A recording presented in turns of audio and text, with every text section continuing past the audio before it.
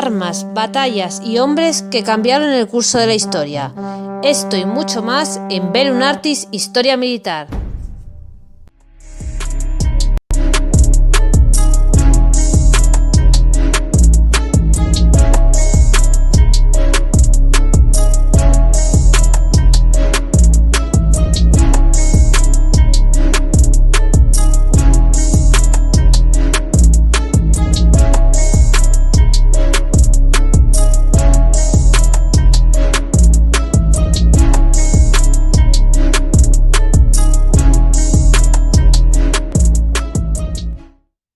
El Báltico en llamas, 1914-1945. De súbditos del zar de Rusia a aliados del Tercer Reich. Hola amantes de la historia, soy Francisco García Campa y estas son las historias habladas de Bellum Artis Historia Militar, el lugar de encuentro para vosotros y un servidor, es decir, para nosotros, los amantes de la historia militar. Hoy vamos a viajar en el tiempo a la primera mitad del siglo XX, para conocer el Báltico en llamas. Cómo las tres repúblicas bálticas pasaron de ser de súbditos del zar a aliados del Tercer Reich, también en su lucha contra la Unión Soviética. Vamos a conocerlo gracias a unos de nuestros amigos que ahora os volveré a presentar. Pero antes os quiero recordar que nos podéis invitar a un café en nuestro sistema de micromecenazgo en patreon.com/BellumArtis. También en PayPal, si queréis hacer un donativo, es Bellum Artis, en nuestro nombre de usuario. Muchas gracias a todos los que confiáis en nuestro proyecto, nos seguís, nos escucháis, dais al like, a ese me gusta o al corazoncito de iVoox. Muchas gracias a todos y comenzamos este viaje con la ayuda de nuestro amigo Carlos Caballero Jurado. Hola Carlos, ¿qué tal? Pues muy buenas noches y encantado de estar de nuevo en tu programa. Y para mí que estés aquí. Es un placer escucharte, aprender de ti, de tus conocimientos, de tu gran cantidad de libros, que son, digamos, un legado para, espero que muchas generaciones, de cómo fue la Segunda Guerra Mundial. Y tenemos la suerte, ¿no?, de que seas español, que hables muy bien nuestro idioma perfectamente, al ser español. Eso espero hablarlo bien. Porque si fuese en inglés me costaría algo más. De hecho, tengo ahí a veces que me mandan las editoriales entrevista con autor, ¿no? Y tal. Y hay días que doy la vuelta a la cabeza y digo yo, pues a ver si me lanzo un día y entrevisto en inglés, ¿no? Pero como mi inglés tampoco es pachanguero, pues vamos a ir explotando, ¿no? Y a los grandes conocedores españoles, entre ellos tú, Carlos, ya eres miembro del canal, ya hicimos un programa juntos sobre Ucrania y hicimos otro sobre la División Azul. Y yo creo que fue un honor escucharte, a la gente le encantó. Y cuando te dije, vamos a hacer el tercer programa, me dijiste del Báltico, que está, ¿no?, que está también en boga, ¿no? Está ahora con lo de Kaliningrado, que tenemos un programa nosotros también en Bellum Artis. Y sobre el Báltico, en tu gran listado de bibliografía escrita por ti, ¿nos puedes destacar algún título que trate justo este tema?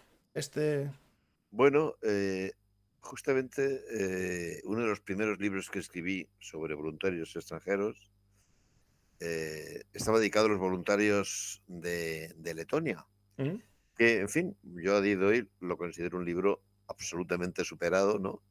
Ha aparecido en el mercado infinitamente más documentación, pero que con mucho orgullo, la verdad, puedo decir que me escribió para agradecérmelo un destacado oficial letón, Artur Silgailis, que vivía en el exilio en Canadá. No sé cómo demonios llegó hasta él un ejemplar de ese libro y me escribió agradeciéndole. Bueno, eso me vino muy bien porque a través de él accedí a muchísima documentación, muchísima información.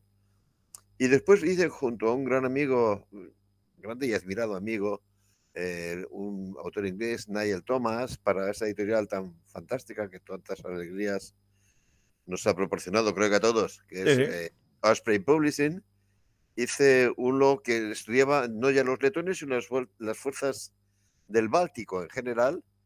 Bueno, pues los libros de Osprey ya sabes que te proporcionan la alegría de que que te pueden leer en todo el mundo. En todo el mundo. O que vas a cualquier librería del mundo y puede que haya un Osprey por ahí. Sí, eso es una gran satisfacción para el autor, ¿no? Y desde entonces me he dedicado a seguir con mucho interés el tema.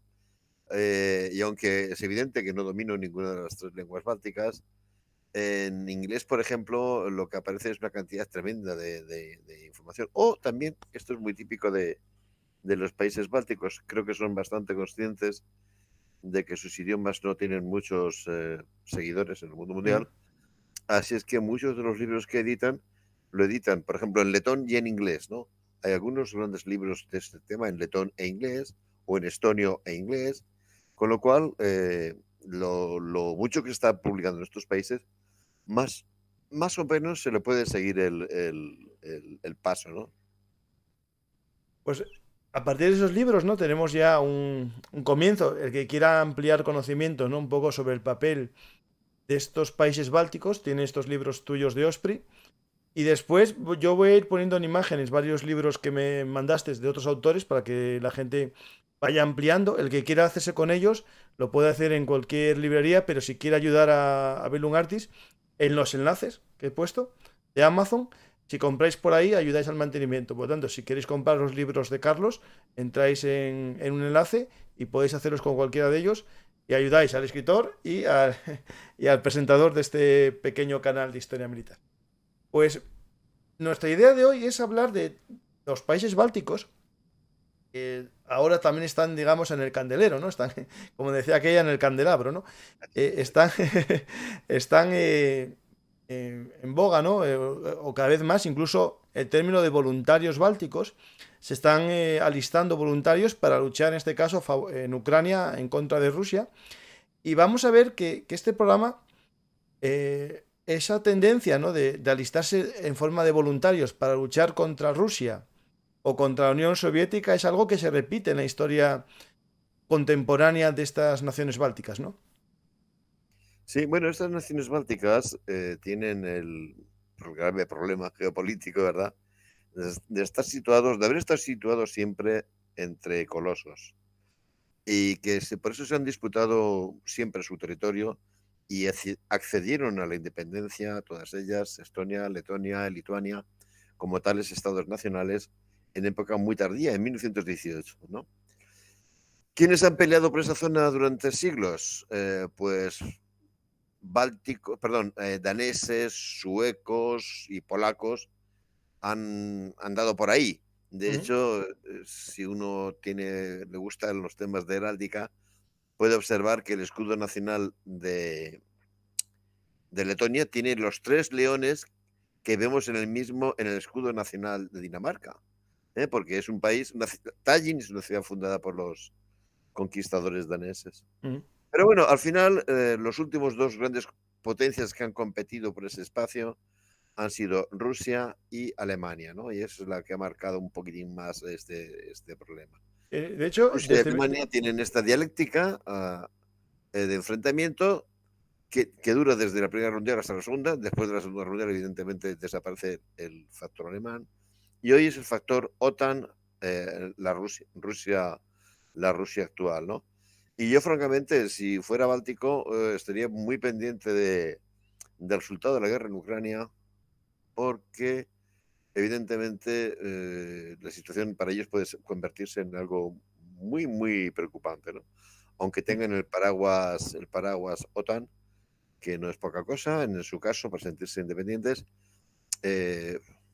no sé, para Rusia es una tentación muy fuerte, porque van a argumentar siempre que la realidad geográfica es que Narva, la ciudad de frontera entre Rusia y Estonia, está a 100 kilómetros de San Petersburgo.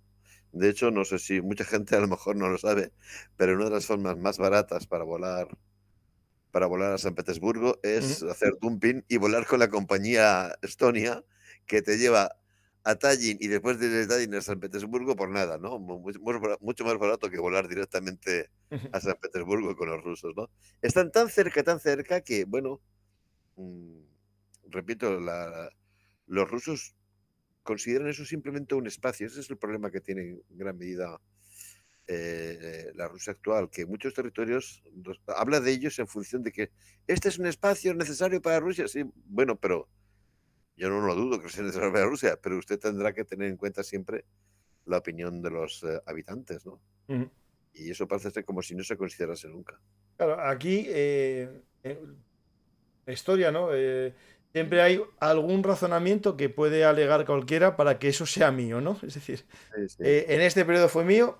Por ejemplo, Lituania tuvo gran relación, ¿no? En esa república polo-lituana, por sí, tanto, tiene una relación bastante potente con Polonia, ¿no? Letonia con Dinamarca y Estonia, si no recuerdo mal, era que también con algún pueblo germano, ¿no?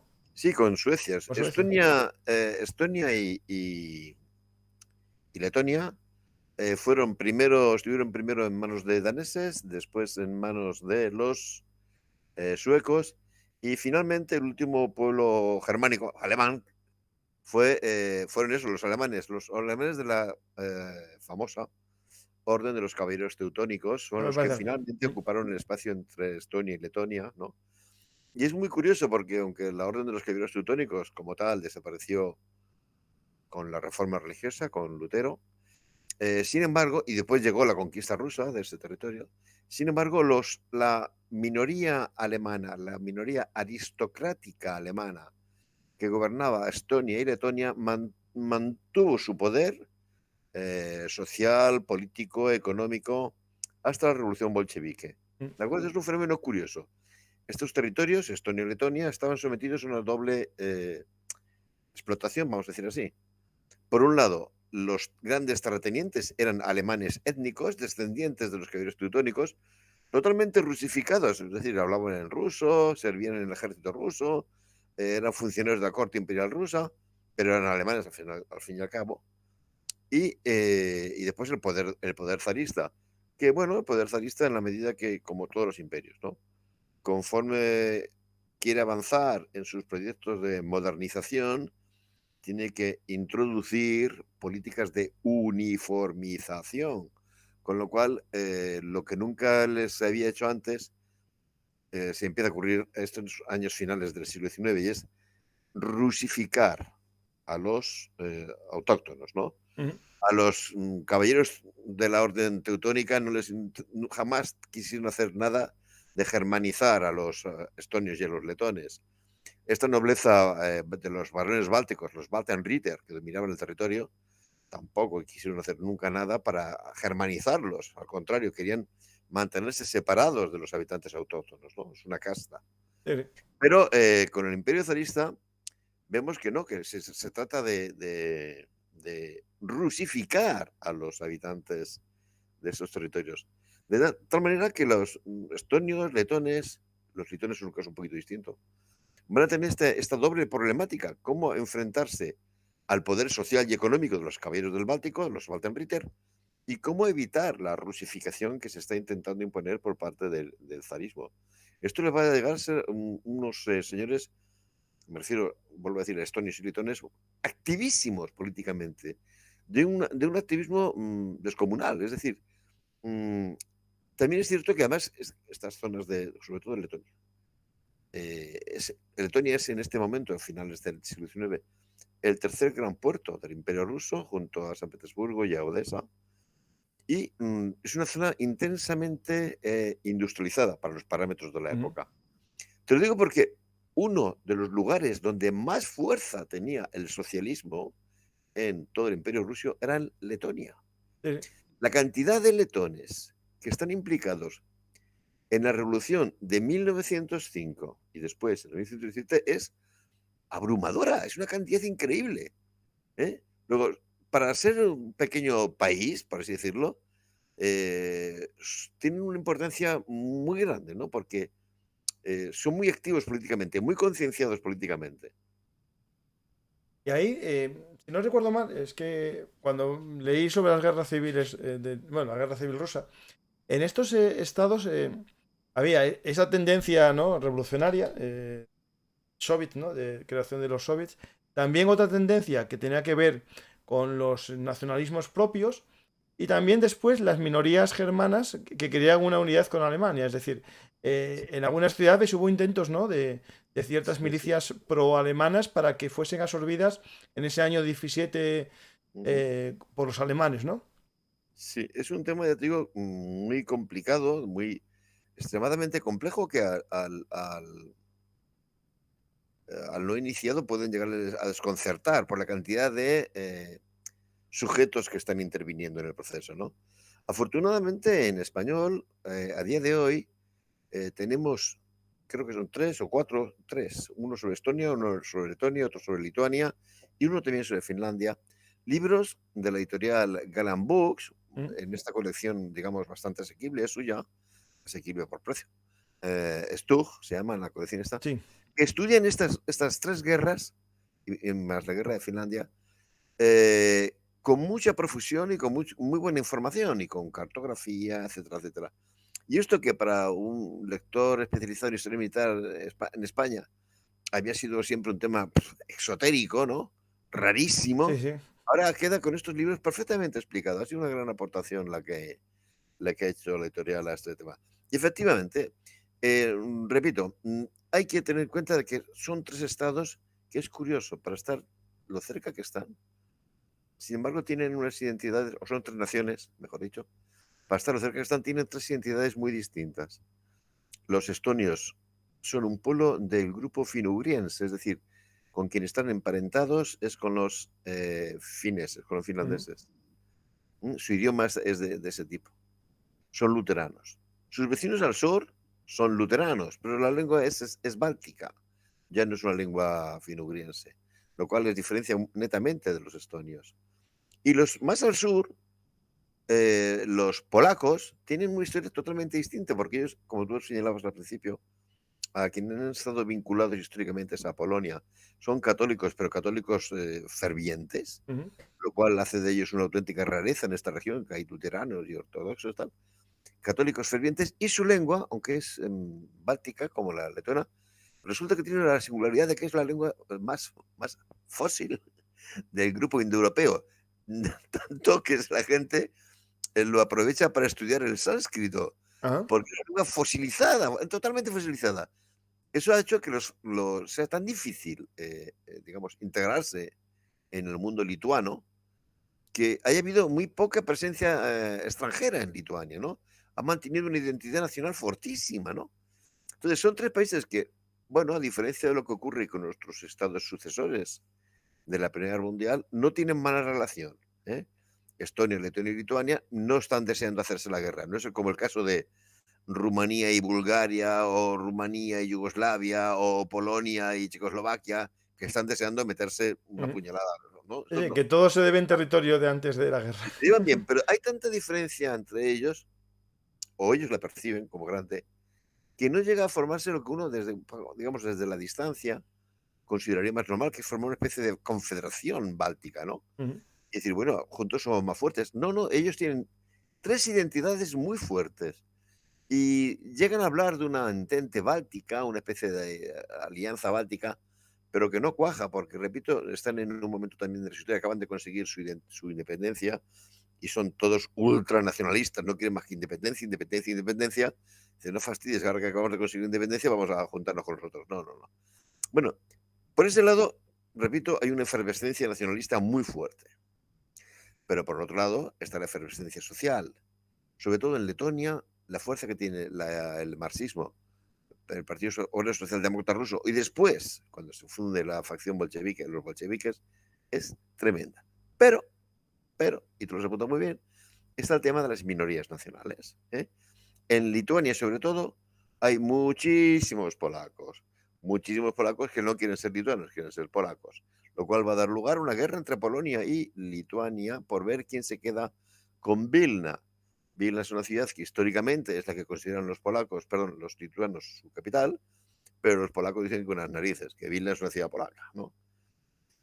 Y después está otro problema también gordo, que es el de la minoría alemana, acostumbrados durante siglos a mandar estos territorios, en Letonia. Cuando se produce el hundimiento del poder zarista, creen que es la ocasión. El poder zarista está hundiéndose, se ha hundido, mientras que las tropas del Kaiser están avanzando. Dicen, pues estupendo, vamos a volver. Ellos quieren volver atrás en la historia a la época en que esos territorios eran de la orden de los caballeros teutónicos. Pero evidentemente todos sabemos lo que va a ocurrir con Alemania en noviembre del 18. Rusia se ha hundido en febrero del 17, pero Alemania se va a hundir en noviembre del 18. con lo cual este sueño no va a cuajar en nada y va a dejar bastante resquemor entre los letones y los estonios con respecto a los alemanes, ¿no? Esto hace, ya digo, muy complejo el escenario. Y bueno, también están, por supuesto, los deseos de Rusia de no responder, por mucho que la Revolución Soviética hable de la autodeterminación de los pueblos, etcétera, etcétera, todo eso es literatura barata. Quieren conquistarlos inmediatamente. En cuanto tienen la más mínima ocasión, pretenden conquistar Estonia, Letonia y Lituania. En parte, por puro nacionalismo ruso. Son las regiones que son el gran balcón de Rusia hacia el Báltico y dicen, bueno, esto es una zona que fundamentalmente interesa a Rusia, ¿no? Sí. Si no fuese por Kaliningrado, si no existiese Kaliningrado, yo creo que hubiesen luchado mucho más por estos territorios a la caída del muro, ¿no? Sí, es posible que sí, que sea así. Es posible que sea así. Pero bueno, han tenido con esto de Kaliningrado hay una especie de ventana. Sí. Ya no es un balcón, es una ventana, ya no es una terraza, es una ventana. Y han considerado que bueno. Pero no creo yo que en última instancia lo del Báltico se les haya olvidado nunca. Ten en cuenta que el zar que consigue la salida del Báltico no es un zar cualquiera, es Pedro el Grande, ¿no? Que es un señor al cual los rusos admiran increíblemente. Dicen las malas lenguas que Stalin lo tenía como modelo. Desde luego, quien lo tiene como modelo es Putin. Putin seguro que es el referente que tiene. Sí. De hecho, en el programa uno que hicimos sobre Iván el Terrible, habíamos hablado de a quién tendría. Quiero que comentamos a Pedro el Grande. Sí. Bueno, el caso es que esta combinación de factores da lugar a un fenómeno, a mí me parece los más alucinantes de la Primera Guerra Mundial, o mejor dicho, de las consecuencias de la Primera Guerra Mundial, ¿no? Y es que los letones ven que el ejército alemán, el ejército del Kaiser, está avanzando, estamos hablando del año 14, 15, 16, está avanzando a través de Lituania y se aproxima a Letonia. Entonces le piden al zar crear dentro del ejército del zar unidades nacionales letonas, porque creen que así van a provocar el entusiasmo de los letones para unirse al ejército. Y efectivamente se crean unas unidades que se llaman así, fusileros letones. Empiezan de una manera modesta, unos cuantos batallones, al final son 8 regimientos de fusileros letones los que están integrados en el ejército del zar. Bueno, y además con esa denominación, una denominación nacional, fusileros letones.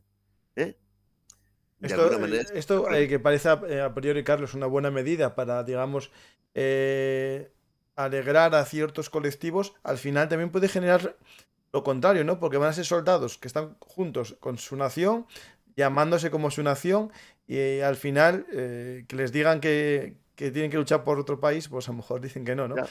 No, pero hay que tener en cuenta que es que la Primera Guerra Mundial va a empezar a asistir este fenómeno. Sí. Cuando se ve que no tienes fuerza para derrotar militarmente al contrario, intentas provocar revoluciones dentro, ¿no? Y los austríacos han creado unidades de soldados polacos en su ejército y unidades de soldados ucranianos en su ejército. Entonces los rusos responden con otro tipo de medidas. Vale, pues yo voy a crear unidades de fusileros letones para fomentar el espíritu de defensa, porque los letones, repito, están horrorizados pensando que si llegan las tropas del Kaiser es que van a volver a la Edad Media, al dominio total de los Waltenritter, ¿no? Bueno, pero a lo que vamos es que estas unidades son fuertes, hay 8 regimientos, son competentes y estalla la revolución bolchevique. La revolución bolchevique provoca, todo el mundo lo sabe, prácticamente la desaparición total del ejército del zar. Se volatiliza. Como decía Lenin, los soldados votan con los pies. En el sentido de que se van a su casa. Bueno, pues los fusileros letones no. Los fusileros letones se mantienen incólumes en sus unidades. Y además, y esto es lo llamativo, se decantan absolutamente a favor de los bolcheviques a partir de octubre del 18. de hecho, son una pieza clave en el asalto al poder, porque yo me niego a llamarle revolución, en el golpe de Estado que protagonizan los bolcheviques. De tal manera que se puede decir con absoluta seguridad, pero vamos, sin temor a equivocarse ni lo más mínimo, que de no haber existido los regimientos de fusileros letones, la revolución bolchevique, el golpe de Estado bolchevique, me corrijo a mí mismo, habría sido aplastado. Son fundamentales para el triunfo del bolchevismo en Rusia. Y no es casualidad que el primer comandante del Ejército Rojo, del Krasnaya Armia, sea un coronel letón, el coronel Batsietis, que manda nuestros regimientos letones. Los regimientos letones están en vanguardia en todas las luchas que el Ejército Rojo protagoniza contra los ejércitos blancos en los 2 años de la Guerra Civil Rusa, ¿no? Ha salido no hace nada el libro de Anthony Beevor sobre la Guerra Civil Rusa, no sé si lo has visto. Lo tengo, sí, sí, sí. Lo que pasa es que no, lo tengo porque me lo mandó la editorial, pero no me dio la vida. Pues ya me imagino. Lo recomiendo vivamente, ¿eh? Lo recomiendo vivamente. Claro, tiene Vivo sabe escribir. A mí Beevor me gusta mucho. Hay gente que no le gusta, pero a mí me gusta mucho. Pues tiene mucha capacidad para explicarse y lo hace muy bien. Te lo digo porque ahí subraya muchísimo, ahí captas sin el menor mínimo de duda la importancia histórica tan grande que tienen los fusileros letones para el triunfo del comunismo. Porque si al principio destacan en el tema del Ejército Rojo, enseguida van a destacar también, y esto es bastante más siniestro, en uno de los mecanismos fundamentales para consolidar el poder soviético, que son las checas.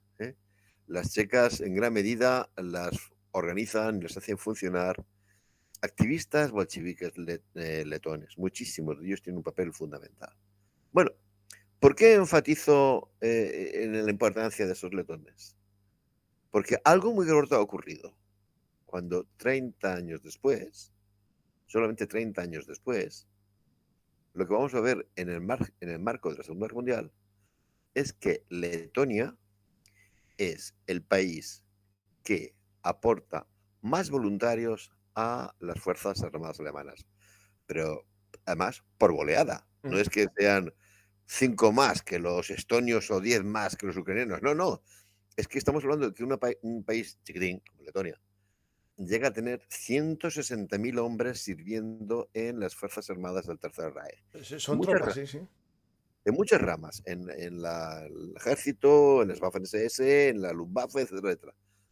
Bueno, ¿qué ha pasado aquí? Como un país que ha sido vanguardia del bolchevismo, un ejército, unas tropas, unos soldados, los soldados letones, que han sido la defensa más férrea del bolchevismo, 30 años después, lo que podríamos decir son sus hijos, son, al contrario, son los más feroces anticomunistas que existen en todo el antiguo espacio, en toda la antigua URSS, ¿no? Y son los que más de cabeza se lanzan a colaborar con los alemanes, pero con un auténtico frenesí. De hecho, bueno, me imagino que lo sabes, en la División Azul, que pasaron 50.000 hombres por allí, hay 2 señores que tienen la Cruz de Caballero, ¿no? Esteban Infantes y Muñoz Grandes, Ángel. Bueno, los letones llegan a tener 12 cruces de caballero. O sea, son muchos tíos con la cruz de caballero. Y si piensas que son 12 cruces de caballero, calcula las cruces de hierro, etcétera. No es que estén ahí, bueno, están ahí y ya está, no. Es que estén ahí luchando con un frenesí, con un fanatismo a muerte, ¿no? Que eso es lo que es, como problema histórico, es el que resulta absolutamente alucinante. ¿Qué ha pasado para que en 30 años los letones den un giro tan radical y dejen de tenerle muchísimo menos miedo a los alemanes y a tenerle muchísimo más miedo a sus vecinos rusos? Lo que ha pasado es evidente, es la revolución comunista, el golpe de Estado comunista y la instauración de un poder, el poder comunista soviético, que los letones, que lo tienen muy cerca y que saben muy bien cómo es, consideran que no es que sea el mayor peligro, sino que es el peligro existencial, que es el peligro que puede acabar con ellos. Esto hay que contar un poco a los oyentes que justo después de la revolución, bueno, rusa, y después las guerras estas de lo que llama tu amigo Rubén Villamor y amigo mío, el colapso del Imperio Ruso, ¿no? Es Sí, un sí, sí, sí. libro que Un libro brillante, a mí me ¿eh? gustó mucho, ¿eh? Es un muy, muy buen libro. Ahora que no nos oye Rubén, A lo mejor en directo no, tiene pero que en diferido que un nos escuche. capítulo nacional y otro capítulo nacional y otro capítulo nacional. Es una forma muy didáctica de hacerlo, ¿no? A mí, por ejemplo, lo que me ha gustado en el libro de Víbor es que es más, a ver, sincrónico. Cronológico, ¿no? Que va contando a la Sí, vez. sí, es más sincrónico. O sea, te está ocurriendo lo que ocurre en cada momento en Estonia, en Letonia, en Lituania y en los demás sitios, ¿no? Sí, sí. Entonces, a mí me gusta un poquito más eso porque la otra técnica, que es muy buena para explicar los temas, como que compartimenta mucho hechos Sí, que son mm, totalmente simultáneos. Tú los lees como que han ocurrido en época distinta, ¿no? Entonces, a mí el libro de Rubén también me parece una síntesis muy buena, muy útil para consultar, pero bueno, el de Víbor me ha gustado un poquito más. Y El me está tema, hablando el tema Rubén. es que, por ejemplo, el de Rubén está formado como el libro de independencias, ¿no? Entonces va contando la Sí, independencia de cada país, pero es cierto que exactamente. sí, claro, que cuando intentas... Yo una vez me puse a escribir un libro sobre la guerra civil rusa y empecé a informar, tengo muchos libros y tal. Y me puse a ello y no sabía cómo contarlo, porque es complicado el contarlo, porque Joder, hay qué tantas complicado. cosas y si te metes en los frentes ya blancos, verdes, Oh, negros y los me otros, vuelvo loco. en Siberia, en el Mar Negro y en el Báltico, Sí, sí, es sí, muy sí. complicado escribirlo. El de Víbor tengo muchas ganas de ponerme a leerlo porque es un tema que me interesa mucho A mí me ha y gustado. pues tendré que ponerme, no sé cuándo, pero me podré. Pero recomiendo también a la gente el de Colapso del Imperio Ruso de Villamor para ir leyendo de cada país. Te pones un día a leer Lituania, otro te pones a leer Ucrania, ¿no? Es decir, lo bueno que tiene. Que son dos libros perfectamente Sí, complementarios, sí. ¿eh? Yo recomendaría los dos, porque es que a veces le dices, bueno, tú te puedes hacer una cosa que yo la hago mucho, ¿eh? Y es que voy haciendo dobladillos en los libros y pongo y escribiendo el margen Estonia, Letonia, Lituania, Georgia y tal. Ah, Bueno, bueno, eso sí. eh, en lo cual no dejas un coñazo porque dices, a ver, ¿qué pone aquí de Letonia? Y te dedicas a pasar durante todas las páginas del libro mirando los distintos lugares donde al margen es escrito Letonia. Sí, sí. O, en ese sentido, vas y te consultas directamente el libro de Rubén y, oye, lo haces más rápido. ¿No? Sí. Esa es Excepción si idea, sí, estás sí. buscando datos de Letonia en concreto. ¿no? Yo es que lo veo como dos libros muy complementarios. ¿eh? Pues tenemos estos países, ¿no? Que fueron... Bueno, y los libritos estos que hemos comentado antes de Galan Books pasa lo mismo. ¿eh? Son libros que para cada república es un librito mm, y yo prefiero un estudio más sincrónico, pero bueno, también son utilísimos como consulta. ¿eh? mm, pues hablamos de estos países que se independizan, ¿no? Y logran una independencia en el fragor de la Revolución Rusa, ¿no? Ese Sí, fragor se van independizando. Rusia no tiene capacidad para, digamos, llevarlos al redil, ¿no? De devolverlos al redil del todo, ¿no? Igual que con Polonia no lo logró, y con estos países no lo logró. Y van surgiendo, digo, para que lo expliquemos un poco así rápidamente, tres repúblicas independientes reconocidas por la Sociedad de Naciones, si no recuerdo mal, sí, de cinco. y que tienen su estatus de nación claramente independiente Sí. hasta 1940, ¿no? Que empieza a haber problemas ahí, ¿no? ¿Puedes explicar un poco todo? No, hay un poquito antes los problemas. Los problemas vienen un poquito antes. Si sintetizamos, vemos que el imperio ruso se hunde en cinco territorios, que es Mm, Finlandia, Estonia, Letonia, Lituania y Polonia, ¿no? Mientras que el imperio ruso se reconstituye en forma de Unión Soviética para otros cinco casos: Bielorrusia, Ucrania, Estonia, Georgia, Armenia y Azerbaiyán. Son cinco fracasos del poder comunista y cinco éxitos, ¿no? Bueno, eso tiene que ver en gran parte con que las potencias vencedoras de la Primera Guerra Mundial, de las potencias talosocráticas, me refiero a Gran Bretaña sobre todo, están interesadas en esta región. ¿eh? Siempre están obsesionadas con el tema del control del mar y dicen, bueno, si embotello a Rusia ahí en el Golfo de Finlandia con la única base naval en Kronstadt y San Petersburgo, pues mejor, ¿no? mm.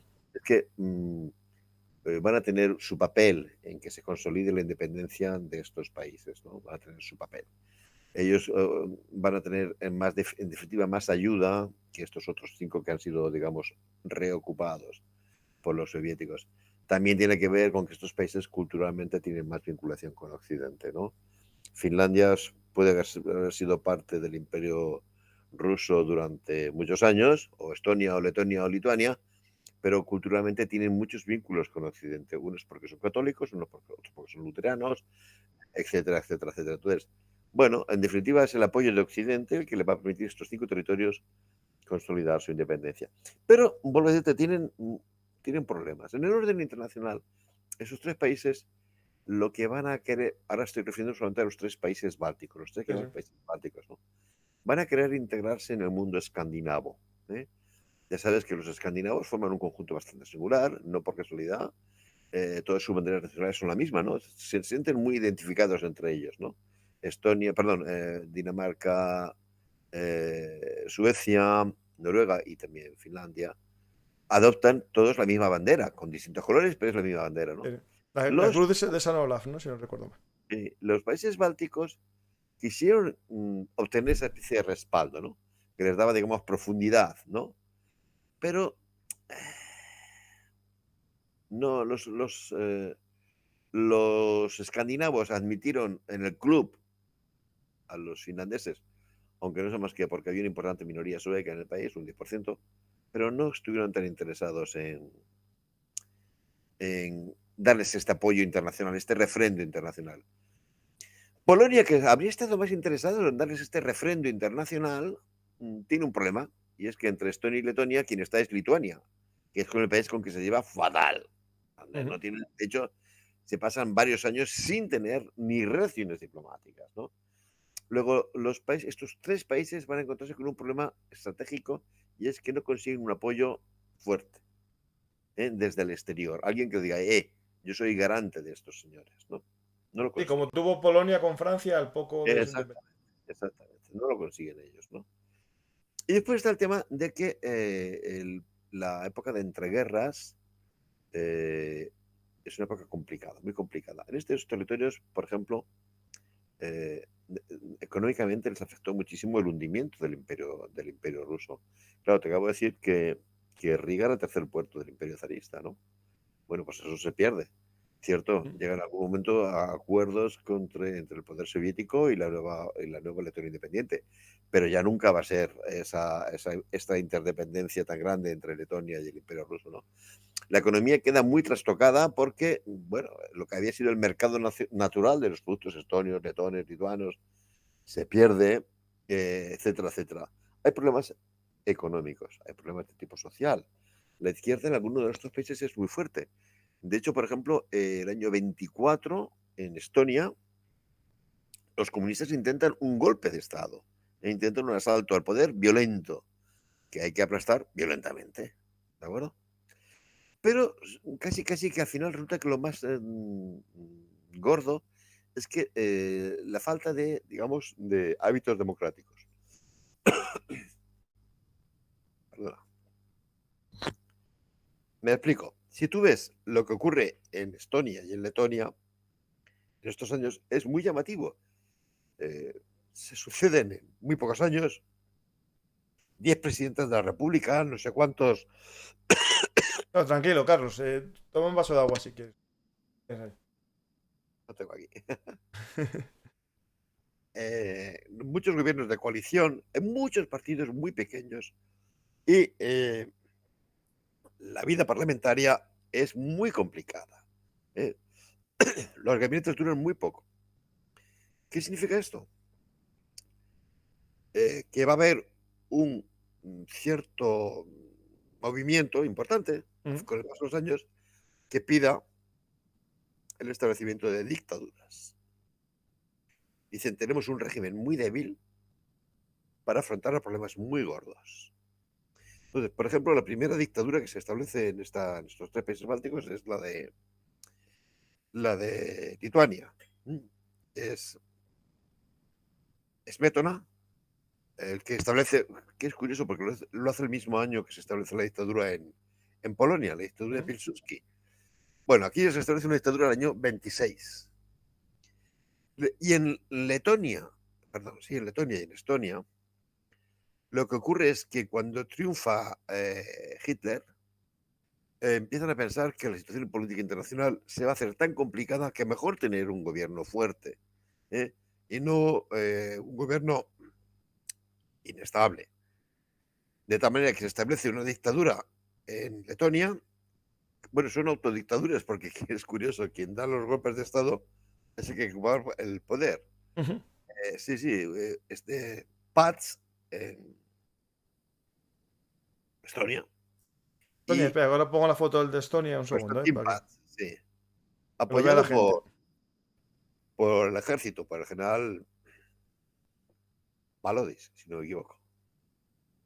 Y en Letonia, Karlis Ulmanis, de nuevo apoyado en el ejército, creo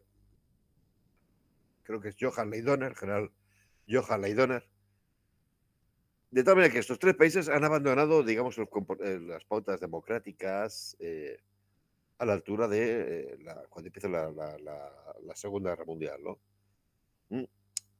Porque les ha faltado madurez democrática, les ha faltado capacidad para hacer un juego democrático más estable, ¿no? Algo que sí que supieron hacer, por ejemplo, los finlandeses, que tuvieron un sistema democrático pues que funcionaba, ¿no?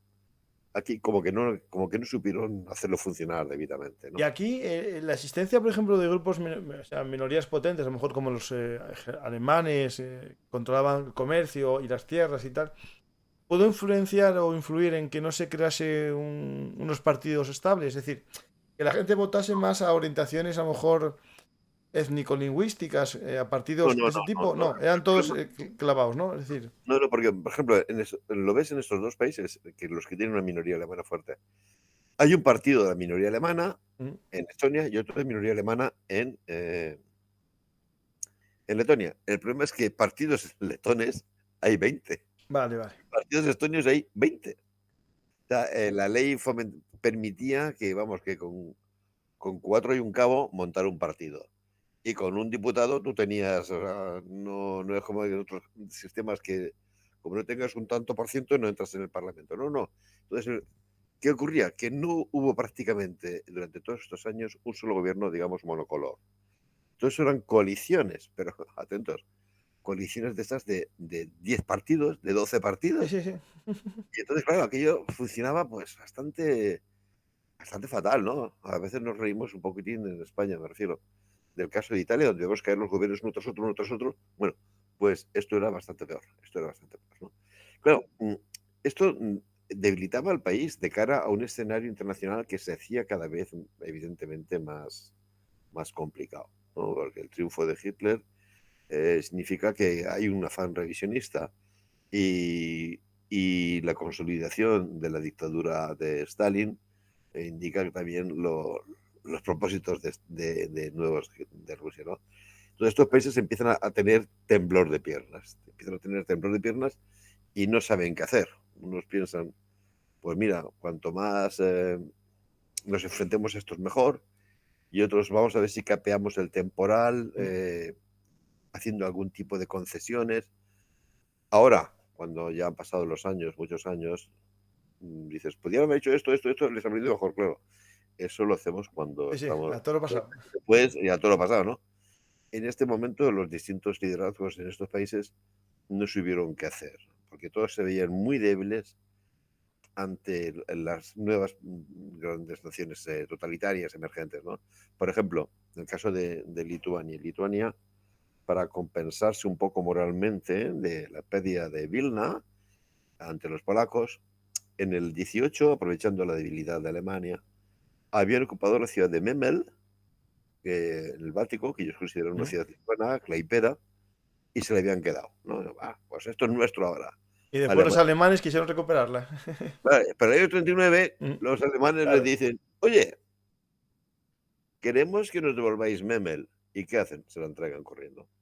porque dicen, no Y vamos. de hecho, ahí en Memel había, si no recuerdo mal, un partido alemán, bueno, una Sí, pues derivación del partido nazi, sí. es que Memel es un caso típico en estas regiones de Europa, en que la ciudad Memel era alemana, me refiero a alemana por sus habitantes, pero todo el entorno campesino era lituano, perdón, disculpa, lituano, ¿no?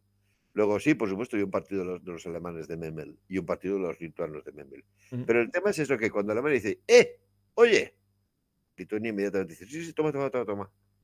Va a ser lo mismo que cuando ya en el año 40 y en un contexto aún más desfavorable, mmm, los estonios, letones y lituanos reciban la petición soviética de instalar bases. Dicen, pues lo que queráis. Ceden sin pelear porque dicen, a ver si capeamos el temporal, ¿no? Ujú. Los pobres lo que no saben, que creo que esto no se lo llega a imaginar casi nadie, es que Hitler y Stalin, después de estar cada uno lanzándose pullas y cosas más fuertes que las pullas durante un montón de años, van a firmar un tratado secreto en el cual se utilizan esos territorios como moneda de cambio y, volviendo un poco a lo que decíamos al principio, sin pararse ninguno de los dos señores a pensar en que hay unos habitantes y que, Sí, en sí. fin, ya habría que consultarle su opinión, ¿no? No, se está hablando de territorios en secciones, como un espacio vacío, ¿no? En su valor geográfico, estratégico, y, y, y, bueno, pues ya lo sabes, en el tratado aquel de agosto en Moscú se reparten los estados bálticos y Alemania no duda en entregarle a Rusia, a la Unión Soviética, Letonia y Estonia. Se quiere quedar al principio Lituania, pero en virtud de un acuerdo que hacen después de la campaña de Polonia, van y se lo entregan también a Rusia. Esto, pues me quedo con un poquito más de Polonia, quédate con Lituania, ¿no? Esta es la tragedia que tienen estos tres países, estar en medio de estos países pues tan poderosos. Sabemos que el único que va a resistir las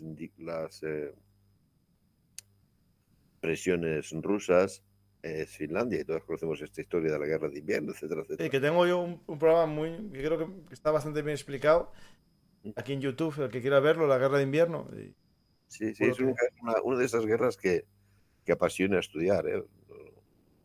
Sí, las Muy tácticas de hacer montones de madera, como decían ellos. pero bueno, incluso en su aspecto, digamos, casi que diría ético, moral, ¿no? Ujú. Es decir, una nación que dice, no tengo por qué aceptar este atropello y voy a lucharlo. Cierto, al final tiene que hacer este territorio, pero da un ejemplo de orgullo y de, pues no sé, impresionante. Es un valor ético en sí mismo, aparte de las tácticas tan buenas, etcétera, etcétera. Es un ejemplo de orgullo Sí, nacional. sí, sí. De Y defensa de su nación, sí, sí. sí, sí, sí, decir, tú no me puedes tratar como un felpudo, yo soy quien soy, ¿no? Ujú. En fin, y el caso es que, en fin, sabemos que se los reparten. Esto va a decir, muy significativo los alemanes que no van a tener en cuenta bajo ningún concepto los intereses o los deseos ni de estonios ni de lituanos. Sin embargo, llegan a un acuerdo con los soviéticos para que de los territorios que van con los soviéticos se permita la emigración de la minoría étnica alemana. Dicen, bueno, a los estonios que les den, pero los alemanes de Estonia me los traigo. A los letones que les den, pero lo que quieran, pero los alemanes de Letonia me los traigo, ¿no? Es un ejemplo bastante triste, ¿no? Porque, Sí, en fin. sí. Pero es que hay muchas cosas que en este periodo son tristes, porque todos sabemos que cuando eh, Alemania invade Polonia, pues se le declara la guerra. Cuando invade sin declaración de guerra y siendo neutrales, eh, Holanda, Bélgica, Luxemburgo, pues esto se pone el grito en el cielo y con razón. Pero después tenemos que Rusia invade Estonia, Letonia y Lituania y, hombre, sí, hay una protesta. Se le dice, no vamos a reconocer su anexión, pero ahí se acabó todo, ¿no? Hay dos varas de medir, hay dos varas de medir. O sea, todas las grandes potencias en relación con esos territorios están actuando con una falta de moralidad. Sí, cierto, sí. Con Finlandia sí hubo cierta oposición, si no recuerdo mal, y sí que hubo algún intento de apoyo muy light, pero con estas 3 repúblicas, la verdad que los aliados, que todavía no eran aliados de los rusos, de los soviéticos, porque no habían empezado la operación Barbarroja, realmente sí, no hicieron una gran... No, para ellos el objetivo era Alemania, no era ni el derecho internacional, ni los derechos humanos, ni nada así, era Alemania, y no iban a complicarse la vida haciendo una guerra contra Alemania y contra la Unión Soviética a la vez. Luego dice, bueno, vale, protestamos así un poquitín de que hagan esto, no reconocemos esa anexión, pero bueno, tú te los quedas. Me refiero que es que, ya repito, estos 3 pequeños países situados en el centro de 2 señores tan voraces como son Rusia y Alemania, y sin que nadie esté dispuesto a partirse la cara con ellos, pues, en fin, les toca tragar mucho. Te lo digo porque eso nos permite entender, creo yo, que en la Segunda Guerra Mundial estén locos porque alguien les dé armas. Sí. ¿No? Dicen, bueno, es que aquí no hay dos, o nos partimos el pecho, o nos tratan como un felpudo. Ni más, ni menos. Sí, aquí básicamente, digamos que los alemanes para ellos no es que fuesen sus aliados, sino los que luchaban contra su enemigo, ¿no? Básicamente, lo digo, repito, porque históricamente ellos saben muy bien quiénes son los alemanes. Es más, durante la ocupación van a tener muchos roces, muchos puntos concretos, pero claro, lo que tienen pánico es a la vuelta de Rusia ahora como comunista. Porque, bueno, es que ya te digo, nosotros hablamos en abstracto, por ejemplo, de la hambruna ucraniana de los años 30, y sabes que son 4 millones de personas, la cifra va entre 4 y 10, ya lo sabes, estuvimos hablando de ese tema. Sí, el famoso Holodomor, que casi no se habla nunca de sí. Sí, hay un margen ahí. Bueno, pero este Holodomor a Europa llegó como muy amortiguado. Salían noticias, etcétera, pero en Letonia lo sabía todo el mundo. En Letonia lo sabía todo el mundo. Igual que lo sabía en Polonia, o igual que lo sabía en Lituania, o lo que sabía en Estonia. Es que está ocurriendo en tu país vecino. Y sabes que están muriendo de hambre aldeas enteras. Luego, cuando finalmente tienen que permitir la entrada de tropas rusas, a todos les entra un temblor en las piernas. Dice, bueno, a ver qué va a pasar. Ni que decir tiene, si tú te lees la literatura soviética, es, llegaron allí y acabaron con dictaduras. Sí, te lo acabo de decir. Paz, Ulmanis, Smetona, eran 3 dictadores, por supuesto. Y dicen, es que acabamos con las dictaduras. Sí, para imponer otra. Y bueno, en aquel momento lo que hicieron democracia estaba un poco pasada de moda ya. Lo primero que hicieron fue imponer un gobierno local propio, y que ese gobierno local propio a los 2 días pidiera la integración en la Unión Soviética. Es decir, estos señores de independencia, nada. No va a respetar la independencia para nada. Y en el no muy largo periodo de tiempo que estuvieron bajo su dominio, es aproximadamente un año, porque esto fue, un año, verano del 40, verano del 41, lo que pudieron ver de cómo funcionaba el sistema soviético fue horroroso. La economía la devastaron, arrasaron el país y persecuciones increíbles. Más o menos, yo creo que prácticamente todo el mundo ha oído hablar de Katyn, ¿no? De cómo se eliminó a la oficialidad polaca. Bueno, pues lo de Katyn es un juego de niños comparado con lo que hicieron, por ejemplo, con la oficialidad letona o la oficialidad estonia o lituana. Literalmente, a todo lo que consiguieron encontrar, a todos los que no se escondieron antes o huyeron antes, se los cargaron. Esto, claro, en nuestros libros no ocupa ningún lugar, porque estamos hablando a lo mejor de que se han cargado a 1000 oficiales.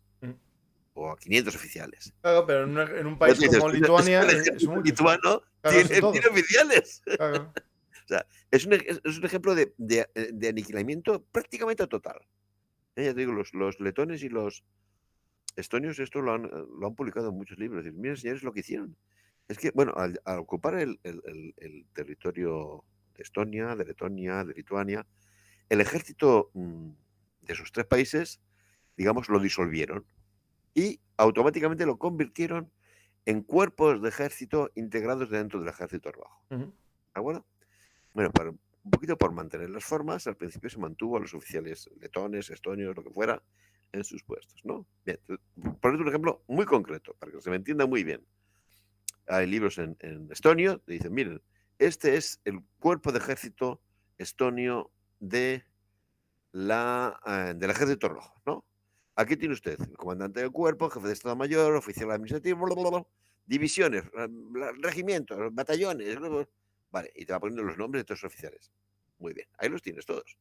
Y a continuación viene la otra parte del libro y empiezas a ver qué le ha pasado a cada uno de esos señores que aparecen en ese listado. Es que el 95% mueren. Hay alguno que consigue escapar. Y alguno que sobrevive al gulag. Pero el 95% mueren.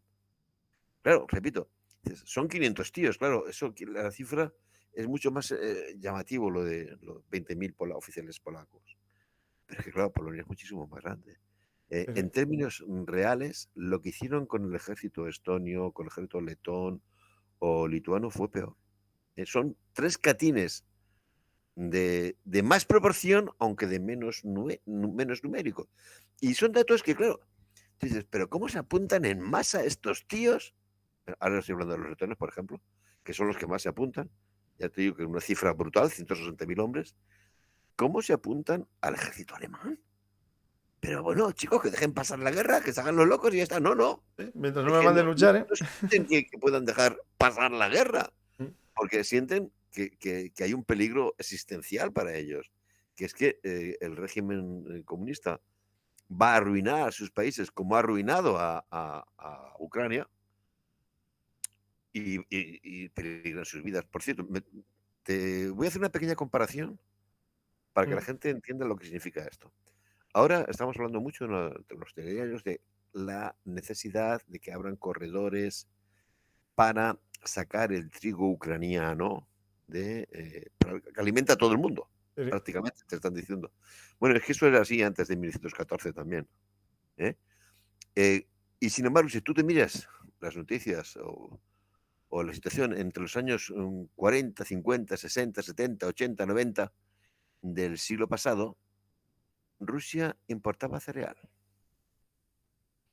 Habían devastado hasta tal extremo la economía agraria de Ucrania que Rusia, incluso en las épocas de más guerra fría, compraba trigo canadiense. Ha bastado que caiga el comunismo para que Ucrania vuelva a su función histórica natural de proveedora de trigo para el mundo, ¿no? Bueno, quiero decirte, ¿por qué estos estonios o letones luchan con tanto entusiasmo en las filas alemanas? Porque están viendo eso. Es que lo están viendo. Ellos saben hasta qué punto ha empobrecido el sistema soviético a sus súbditos. Y si alguno tiene la más mínima duda, bueno, pues puede ver cómo funciona el régimen soviético. Verás, hace un instante te comentaba el papel fundamental de los fusileros letones en la consolidación del régimen soviético. Y el papel tan grande que tienen los letones en la creación de la Checa, etcétera, etcétera. Sobre todo antiguos oficiales de las unidades estas de fusileros letones, ¿no? Bueno, muchos de ellos, cuando Letonia se hace independiente, se quedan a vivir en la Unión Soviética, naturalmente. Y muchos de ellos tienen unos cargazos, auténticos cargazos en el poder soviético. Pero evidentemente siguen teniendo vinculación con Letonia, ¿no? Porque tienen allí un primo, cualquier vinculación, ¿no? Luego en Letonia saben qué le está pasando a esta gente. ¿Sí? Bueno, ¿tú sabes qué le pasó a Batshetis? A Batshetis se lo carga Stalin, por supuesto. Pero es que a prácticamente toda la élite comunista letona que se había quedado a vivir en territorio soviético, se los carga a todos. Pero, tío, pero si estos son los que han defendido con su sangre, con sus pechos, con sus bayonetas el triunfo soviético, se los carga a todos. En la gran purga del año 37, se lanzaron las llamadas operaciones nacionales. La operación nacional polaca, la operación nacional letona, la operación nacional finlandesa, para liquidar a los miembros del Partido Comunista de esas nacionalidades porque no se fiaban de ellos de cara a una posible guerra mundial, ¿no? Es decir, un letón de 1839 o 1840 sabe que un régimen comunista le va a arruinar, le va a mandar a la miseria, y que además es tan feroz como que para los que han peleado a muerte por él, se los carga y los liquida. Sí. ¿Qué hará con nosotros? Claro, dicen, ¿qué hará con nosotros? Si no nos... Sí.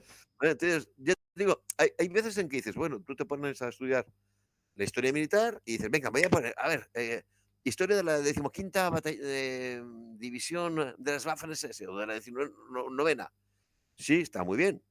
A tus seguidores que les interesa la historia militar, eso está muy bien, porque es una historia militarmente muy, muy atractiva, ¿no? Con batallas importantes, etc.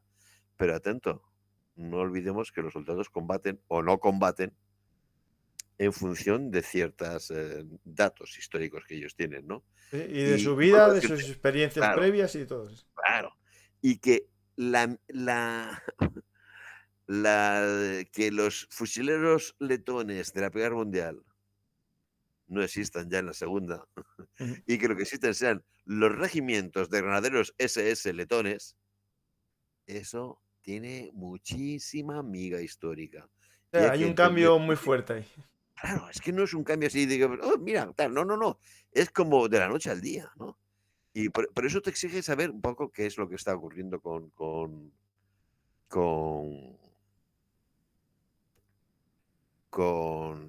los otros aspectos de la historia, ¿no? Bangersky, por ejemplo, es un oficial letón que al final los alemanes, como tienen tantísimos voluntarios letones, crean una llamada inspección de la Legión Letona, ¿no? Y nombran a un general letón, Bangerskis, responsable de ella, ¿no? Pues Bangerskis es como Batsiatis. Batsiatis, el que ha fundado el Ejército Rojo, era un coronel del zar. ¿De acuerdo? Que se ha unido a los soviéticos. Uno de los pocos, porque después era casi todos sargentos a los que ascendieron, ¿no? No, este de rango, sí. Estos eran unidades muy regulares, ¿no? Bueno, pues Bangerskis es lo mismo que Batsiatis, pero que ha optado por la independencia de Letonia y ahora va a ser el que dirija el apoyo militar a los alemanes, ¿no?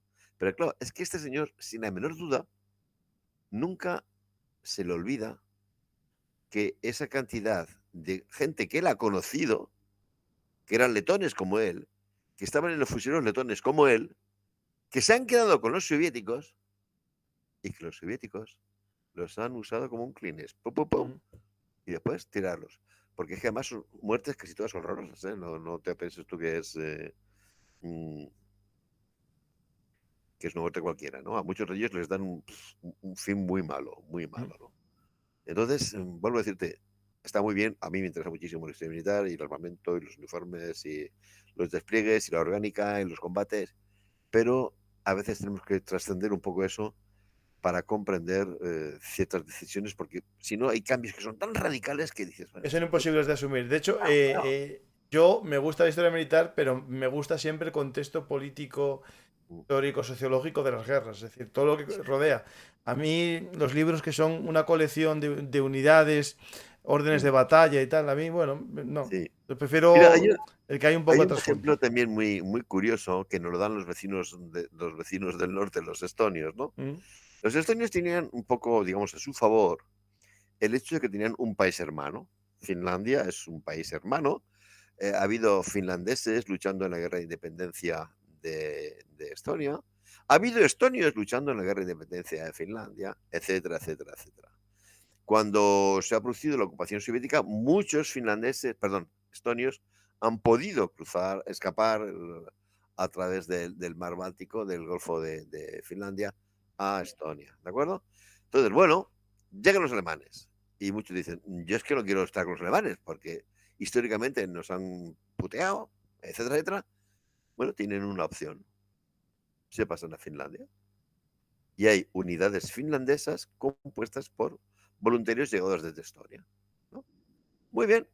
Ahora, ¿qué ocurre cuando el año 44 Finlandia quiere desengancharse del carro? Que se desengancha al final. Pero Pues claro, esto que la gente no lo sabe, Carlos, hay que recordar que Finlandia cambia de bando como también hicieron más países. Es decir, sí. Pero vuelvo a decirte, entonces, ¿qué es lo que ocurre? Es muy, muy, muy significativo que estos mismos chicos estonios que han huido de la Estonia ocupada por los alemanes porque no quieren saber nada de luchar junto a los alemanes y se han unido al ejército estonio, tampoco quieren con los soviéticos, ¿no? ahora dicen, y de Claro, eso claro. nada, si tú no sigues luchando con los soviéticos, me vuelvo a Estonia y me integro con los alemanes que siguen luchando. ¿eh? Por eso vuelvo a decir que hay gente, porque un poquito lo mismo que está ocurriendo con Ucrania, para la propaganda rusa, los ucranianos son nazis. Bueno, pues la propaganda rusa actualmente a países como Estonia o como Letonia los tildan de supernazis, ¿no? Sí, sí, lo mismo. Sí, sí. Y no es así. Lo estamos viendo, este ejemplo de los estonios es muy revelador. Ellos quieren luchar con quien luche contra los soviéticos. Si puede ser con los finlandeses, oye, pues miel sobre hojuelas, porque son mis hermanos de lengua y de cultura, ¿no? Son primos hermanos, ¿no? Pero si los finlandeses se retiran del carro, yo me paso a los alemanes porque mientras hay alguien que me dé un fusil y munición para evitar el comunismo en mi país, voy a hacerlo. Si hubieran aparecido los marcianos en un platillo volante y les hubieran ofrecido eso, se habrían hecho todos los seguidores de los marcianos. De hecho, Carlos, voy a sacar aquí un poco de polémica, ¿no? Porque uno de los elementos, ¿no?, que se ve en estos aliados de los alemanes, ¿no?, estos voluntarios, más que en los voluntarios como tal, que ya estaban organizados como milicias, en los primeros días de la llegada de las tropas de la Wehrmacht a repúblicas, se comenzaron una serie de progromos, ¿no? Y aquí es lo que muchos bueno, acusan de ese nazismo, ¿no? Pero realmente esos progromos, más que ser que son ineludibles, indiscutibles en su existencia, entran dentro de casi más bien de la dinámica típica de la zona oriental de Europa, del progromo, más que el holocausto en sí, ¿no? Sería más lo habitual que sucedió en la época incluso zarista en los famosos pogromos de la zona de esta misma, es decir, de esta zona oriental, ¿no? Sí, efectivamente, ese es uno de los aspectos más trágicos de la historia en esta región, que es que la población judía de esta región, todos aquellos que no habían escapado antes, van a ser objeto de una persecución brutal, brutal, brutal, brutal. Pero esto tiene que ver y no tiene que ver con lo que estamos hablando. Me explico. Es que el antisemitismo, tú lo acabas de decir, en esta región del mundo tiene unas raíces profundas, no, profundísimas. ¿eh? Profundísimas. El antisemitismo que está en todos los habitantes de estos países. Los rusos no son menos antisemitas que los lituanos. Eso no No, tengo no tengo ninguna duda. O sea. la mínima duda. No, entonces, ¿qué es lo que ocurre? Que en situaciones de crisis se va a esto que llamamos del chivo expiatorio, ¿no? O también que es más fino hablar de la llamada causalidad externa, ¿no? La experiencia de la ocupación soviética ha sido tremenda, terrible, terrible, en Estonia, en Letonia y Lituania, aunque no sea más que un año, es una experiencia tremenda, y se está buscando un chivo expiatorio. Tradicionalmente el chivo expiatorio que se encuentra en estas regiones siempre ha sido así. Han sido los judíos. De cualquier cosa, es decir, cualquier cosa que pase. Sí. Lo que pasa es que ahora esta tendencia al programa viene apoyada por una política oficial desde el Tercer Reich de provocar la desaparición de las poblaciones judías en estos territorios. Y entonces sí, esto es un aspecto absolutamente horroroso de la guerra en esta región de Europa. Horroroso, pero horroroso hasta decir basta. Yo no puedo Pero, poner imágenes porque me censuran, pero mucha gente sabe sí, cuáles son. La de, por sí, ejemplo, sí, el famoso el gigante con un palo mató a más de 50 personas, una vara sí, de hierro. Hay muchas imágenes, el que quiera verlas lo ve. Yo, sí, por ejemplo, recomiendo, bueno, el libro de sus peores, sus momentos más oscuros de Darkness Hours, que es de Lauren Rhys, autor del Holocausto, ah, que habla también de todos estos relatos cogidos con entrevistas a personas que estuvieron allí y cuentan un poco todo lo que hay detrás, lo que muy bien te explica Carlos, no solamente datos, sino el porqué de las cosas y la visión de las personas, ¿no? Es decir, recomiendo los libros de Lauren Rhys, me gustan. Hay gente que no le gusta porque, claro, los que niegan esto, pues no le gustan, pero... sí. No, pues es uno de los episodios, ya digo, absolutamente más dramáticos de, de lo ocurrido en estas regiones Mm, en este momento de la historia. Pero claro, como tiene unas raíces tan profundas en el antisemitismo, que aquí es una especie de problema endémico, claro, entonces si nos metemos exactamente en este problema, ya es que ya no da tiempo a hablar de ningún otro. no, era solo Porque comentarlo ya digo, porque salió en el es un chat. tema tan gordo, ¿no? Eso sí que me vas a permitir que te haga un pequeño comentario eh, y que tiene un poco de relación que ver con el anterior programa Mm, que grabamos, el de la División Azul. Bueno, hay un librito que se llama La División Azul y el Holocausto, mm. que lo ha escrito un historiador norteamericano que es descendiente de judíos de Lituania. Y dirá uno, bueno, ¿y por qué un historiador Ya. descendiente de judíos lituanos escribe un librito sobre la División Azul y el Holocausto? Pues mira, porque a este hombre le llegó, tuvo la suerte de que le llegara el diario de su abuelo. Y el diario de su abuelo, lo que él se encontró es lo siguiente. Estaba en una ciudad que es Berenov, en la frontera entre Lituania y Letonia. No, Lituania y Bielorrusia. Bueno, Berenov se llamaba. Mm. ¿Y qué decía este señor? Dice, durante esta semana han estado pasando los convoyes de la División Azul Española. Punto. Dice, ha sido la única semana agradable desde que empezó la guerra. Claro, que no les pegaron, no les robaron ni les hicieron nada. No, desde que comerciaban con ellos, hablaban con ellos, etcétera, etcétera. Dice, ha sido la única semana agradable desde que empezó la guerra, ¿no? Porque ¿qué pasaba allí? Que efectivamente llegaban los rusos, voy a decir mejor así, los comunistas, y a muchos judíos los veían como burgueses. Sí, sí. Ah, este tío tiene una tienda, este tío tiene un negocio. Bueno, pues deportado por burgués. Llegaban los alemanes. Ah, este tío es judío, pues ejecutado.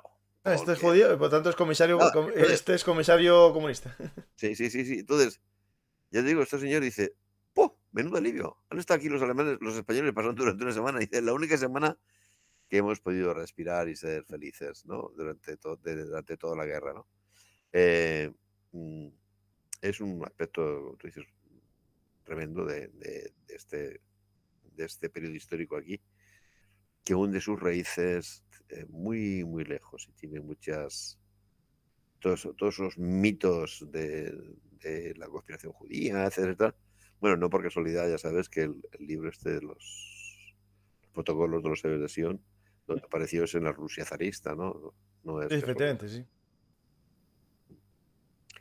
En No, fin. y de hecho, a ver, ¿cómo explicarlo? Esto era como un caldo de cultivo que ya existía y los Sí, alemanes les dieron rienda suelta e incluso les sí. animaban a ello. Uh-huh. Pues hablamos de Letonia, hablamos de Estonia y nos falta No, hablar de Lituania. De sí, Estonia, Lituania que es un caso un poquito más curioso. Los estonios y los letones, ya te digo, militarmente lucharon a muerte, ¿no?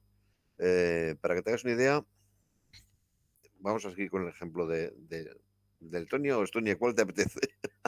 no, Estonia, no, Estonia por el número. Estonia, No, bueno, no, pues no, Estonia. espera, no, Estonia es la última, que es la más grande. Vamos a hablar de. ¿De Letonia? Sí, Mira, cuando llegan los alemanes, empiezan a crear los llamados batallones Shuma. Llegan a tener operativos veintitantos batallones Shuma simultáneamente. Se crean más, pero simultáneamente unos 20 y tantos. Pero es que después deciden crear regimientos de policía y crean tres regimientos de policía letones. Después empiezan a crear las unidades SS y llegan a tener 2 divisiones. Y después, ya en la fase final, deciden movilización general, hay que defender las fronteras. Y crean los llamados regimientos de guardias fronterizos letones, perdón. Y 6 regimientos. Es decir, hay un momento en que te puedes encontrar a la vez operando pues casi 40 batallones letones. El número total, eso por no hablar de los que sirven, porque además los alemanes dijeron, vamos a permitir una especie de variedad, ¿no? Permitían que los letones se alistaran como hibis también. Había unidades letonas en la Luftwaffe, había unidades letonas en la Organización Todt, un poco por todas partes. Había muchísimos que colaboraban con el Abwehr, con el Servicio de Inteligencia Militar Alemán. Y la razón es muy sencilla. Claro, el número de alemanes que hablaban bien ruso era bastante limitado. Sí, claro. Entonces, para la interceptación del tráfico de radio, alemanes tienes pocos que pudieras contar con ellos. En cambio, letones o estonios o lituanos que hablasen perfectamente el ruso, hay muchísimos. Con lo cual, el Abwehr para los servicios de interceptación de las transmisiones, que como todo el mundo sabe es una fuente fundamental de información, todo eso de los espías son una gilipollez y un cantamañanas. No, queda muy bien para las películas y las novelas. Sí, para las películas y cosas estas, pero la información se obtiene fundamentalmente por inteligencia de señales y por observación aérea. Bien, pues para esto hubo montones de estonios, letones y lituanos que se pusieron a hablar con los alemanes, porque claro, hablaban un ruso mucho más que decente. Muchos de ellos realmente lo que habían sido escolarizados era en ruso, no en sus idiomas nacionales, ¿no? Entonces, es una cantidad de gente tremenda. Pero es que los estonios es lo mismo. Tú te ves a los libritos, digamos, normales, hay libritos así un poco de introducción, y dicen, estonios. Bueno, pues la principal fuerza de Estonia es la 20 división de las Waffen-SS. Sí, quieto, vamos a ver. Mucho antes. Resulta que el ejército, ahora estoy hablando del ejército alemán, la primera vez que crea unidades extranjeras dentro del territorio accesible soviético es en Estonia. Eso lo hace ya en agosto del 41. Crea una serie de batallones, Battalion, 6 batallones estonios. Con el paso del tiempo, cuando ya se crean los llamados Ostbataillon del este, esos batallones originales se transforman en Ostbataillon estonios, ¿no? Pero oye, que lo hacen tan, digamos, tan destacadamente como para que el comandante de uno de ellos, Alphonse Treban, reciba la Cruz de Caballero. Creo que es el único caso de un oficial de un batallón del este que recibe la Cruz de Caballero. Y que hay una pequeña vinculación con nuestra historia, porque el día de la batalla de Krasnivor, los primeros que aparecen a reforzar la línea de los españoles son batallones estonios. Batallones estonios, ¿no? Bueno. Y una pregunta, Carlos, en las fotos que me pasaste se pone Guardia Nacional Estonia. ¿Esto qué sería? Sí. Sí, es que en todos estos países, aparte del ejército, había una especie de Guardia Nacional, una especie de reserva voluntaria, ¿no? En Estonia se llamaba Omakaitse, en Letonia se llamaba Aizargi, y en Lituania, pues ya no me pregunto porque mi memoria no da para tanto. Sí. Entonces, ya da para mucho. ¿Qué era esto de la Guardia Nacional? Bueno, pues era gente que formaba unidades eventuales. Es decir, este fin de semana toca instrucción. Y se reunían los tíos de una compañía con un capitán y sus sargentos y hacían instrucción. Un poco más ordenado con la milicia, ¿no? Sí, un poquito más ordenado con una milicia, pero por ahí, ¿no? Entonces, que había se detectaba un grupo partisano, rápidamente se movilizaban. No es ya que ese sábado salieran a hacer ejercicio, ¿no? Sino se movilizaban y estaban dando batidas hasta que los encontrasen, ¿no? Durante una semana, 2 semanas, etcétera. Pero esta movilización era tan grande que, claro, el movimiento partisano prácticamente no existe en los países bálticos. Porque ahí tienes una Guardia Nacional estructurada perfectamente. En cada localidad pequeña hay una compañía cada condado, por así decirlo, cada distrito tiene su batallón, cada región tiene su regimiento, etcétera, etcétera, etcétera. Y esto sirve además también para, cuando va llegando la guerra, va llegando hacia el final, se va tirando de esta gente para compensar las bajas que tienen las unidades, digamos, nacidas ya como unidades de combate para el frente, ¿no? Sí. Bueno, pues te decía esto de Estonia. Bueno, los libros convencionales te habla de las 20 divisiones. Bueno, vamos a ver. Es que Estonia es lo mismo que Letonia. Primero, tiene los batallones Shuma. Igual que hay batallones Shuma letones, hay batallones Shuma estonios. Atentos, lo que no tienen los letones lo tienen ellos, que es batallones del ejército alemán estonios, tan destacados como por lo que decía, para que a Alphonse Servan le den la cruz de caballero, que no se la daban a cualquiera, ¿no? Esto porque ha intervenido en muchos combates y muy destacadamente. Tienen después, cuando se crean las unidades SS, sus propias unidades, que no va a ser nunca más que una división, pero bueno, tiene su importancia. Pero es que, por ejemplo, cuando se crean los regimientos de guardia fronterizos, se monta con ellos una división. Lo que pasa es que esta división no sale por ninguna parte, es una división que se llama ZBV, con las siglas ZBV, que es Zur Besondere Verwendung, para fines especiales, un cuartel general, que agrupa 5 regimientos de guardia fronterizos estonios. Es decir, que no digas nunca que los estonios han sido una división, han sido muchos más, han sido prácticamente 2 divisiones, ¿no? Digamos, existiendo simultáneamente, y han tenido también sus escuadrillas aéreas, etcétera, etcétera, etcétera, ¿no? Y bueno, pues no es que sean, no es una escuadrilla de aviones de caza, que se parece que siempre como que tenga más glamour. Sí. No, los estonios y los letones lo que proveen son personal para cada uno, para 3 escuadrillas de una modalidad de aviación que utilizaba mucho en el frente del este, las de ataque nocturno. Los españoles de la División Azul siempre hablan constantemente del coñazo, que era la famosa parrala, aviones de esos biplanos viejos. Sí, que se dejaban ahí casi a ralentí bajar, sí. Todas las noches iban a dar la brasa. Bueno, los alemanes copiaron al final la idea y crearon los Nachtschlaggruppen, los grupos de combate nocturno, que hacían lo mismo, para devolviéndole a los rusos la idea, ¿no? Con aviones ya obsoletos, los biplanos, etc., equipaban estas escuadrillas que hacían este tipo de ataques, ¿no? Y vuelvo a decirte, Estonia y Letonia, que son países diminutos, cada uno tuvo 3 escuadrillas de este tipo, ¿no? Y hubieran podido tener más si los franceses hubieran fiado más de él. Pero incluso como es que estaban un poco por todas partes, hay un montón de chicos de Estonia, de Letonia y de Lituania también, que son reclutados para servir como Flakhelfers, auxiliares de la artillería antiaérea alemana, ¿no? Hay unidades, por ejemplo, hay baterías de la Flak compuestas íntegramente por letones, por ejemplo. Entonces, hay que recordar que pertenecían a la Luftwaffe. A la Luftwaffe, sí. Entonces, es que para nosotros, que ahora empezamos a conocer esto con más detenimiento, es casi una sorpresa constante, porque te puedes encontrar con que ha habido letones que han estado en Stalingrado. No ha habido ninguna unidad letona en Stalingrado, pero sí que ha habido letones que han estado en Stalingrado, con lo cual el tema es casi infinito, ya te digo. Para los amantes de la historia militar es un desbordante, porque te vuelves ahí loco. Hay temas. Hay tema, madre, sí hay tema. Y en cambio, Lituania es el país que menos colabora. Muy curioso. Esto yo no me atrevo a decir las razones.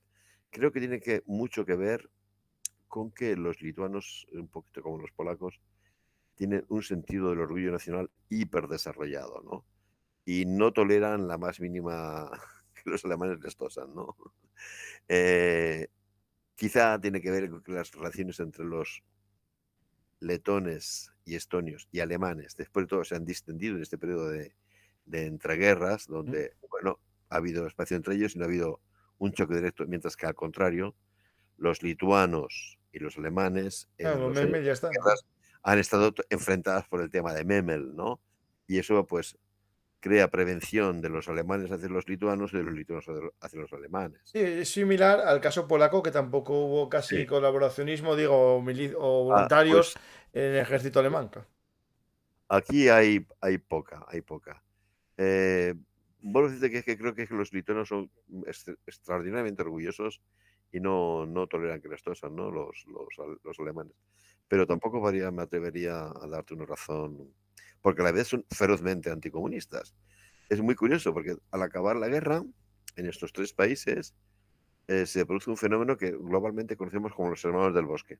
Sí. Son los movimientos de resistencia anticomunista que actúan en Estonia, en Letonia y en Lituania. Pues mate. En Lituania es donde más hay.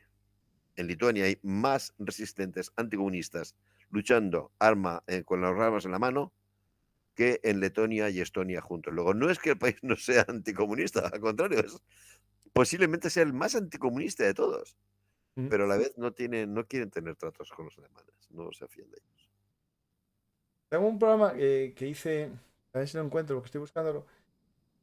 No, el tema de Ucrania, uno que hice sobre las milicias nacionalistas ucranianas con Juan Alcocer, que tratábamos el tema, y digo, ese tema de los hombres del bosque, ¿no? De la resistencia del bosque, que es muy interesante y es muy desconocida realmente, ¿no? Claro. Sí, sí.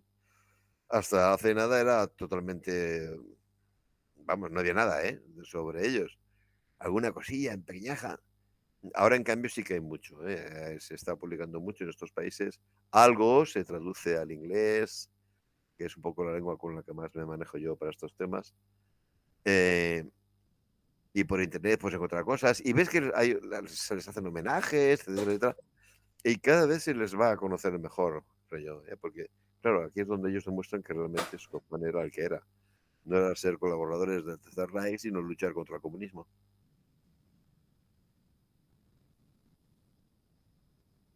Estoy aquí, pero es que me quedé sin batería del ratón. sigue hablando, que no puedo cambiar No, fotos, no, pero sí. bueno, desde Sí. que es un fenómeno que hasta ahora ha sido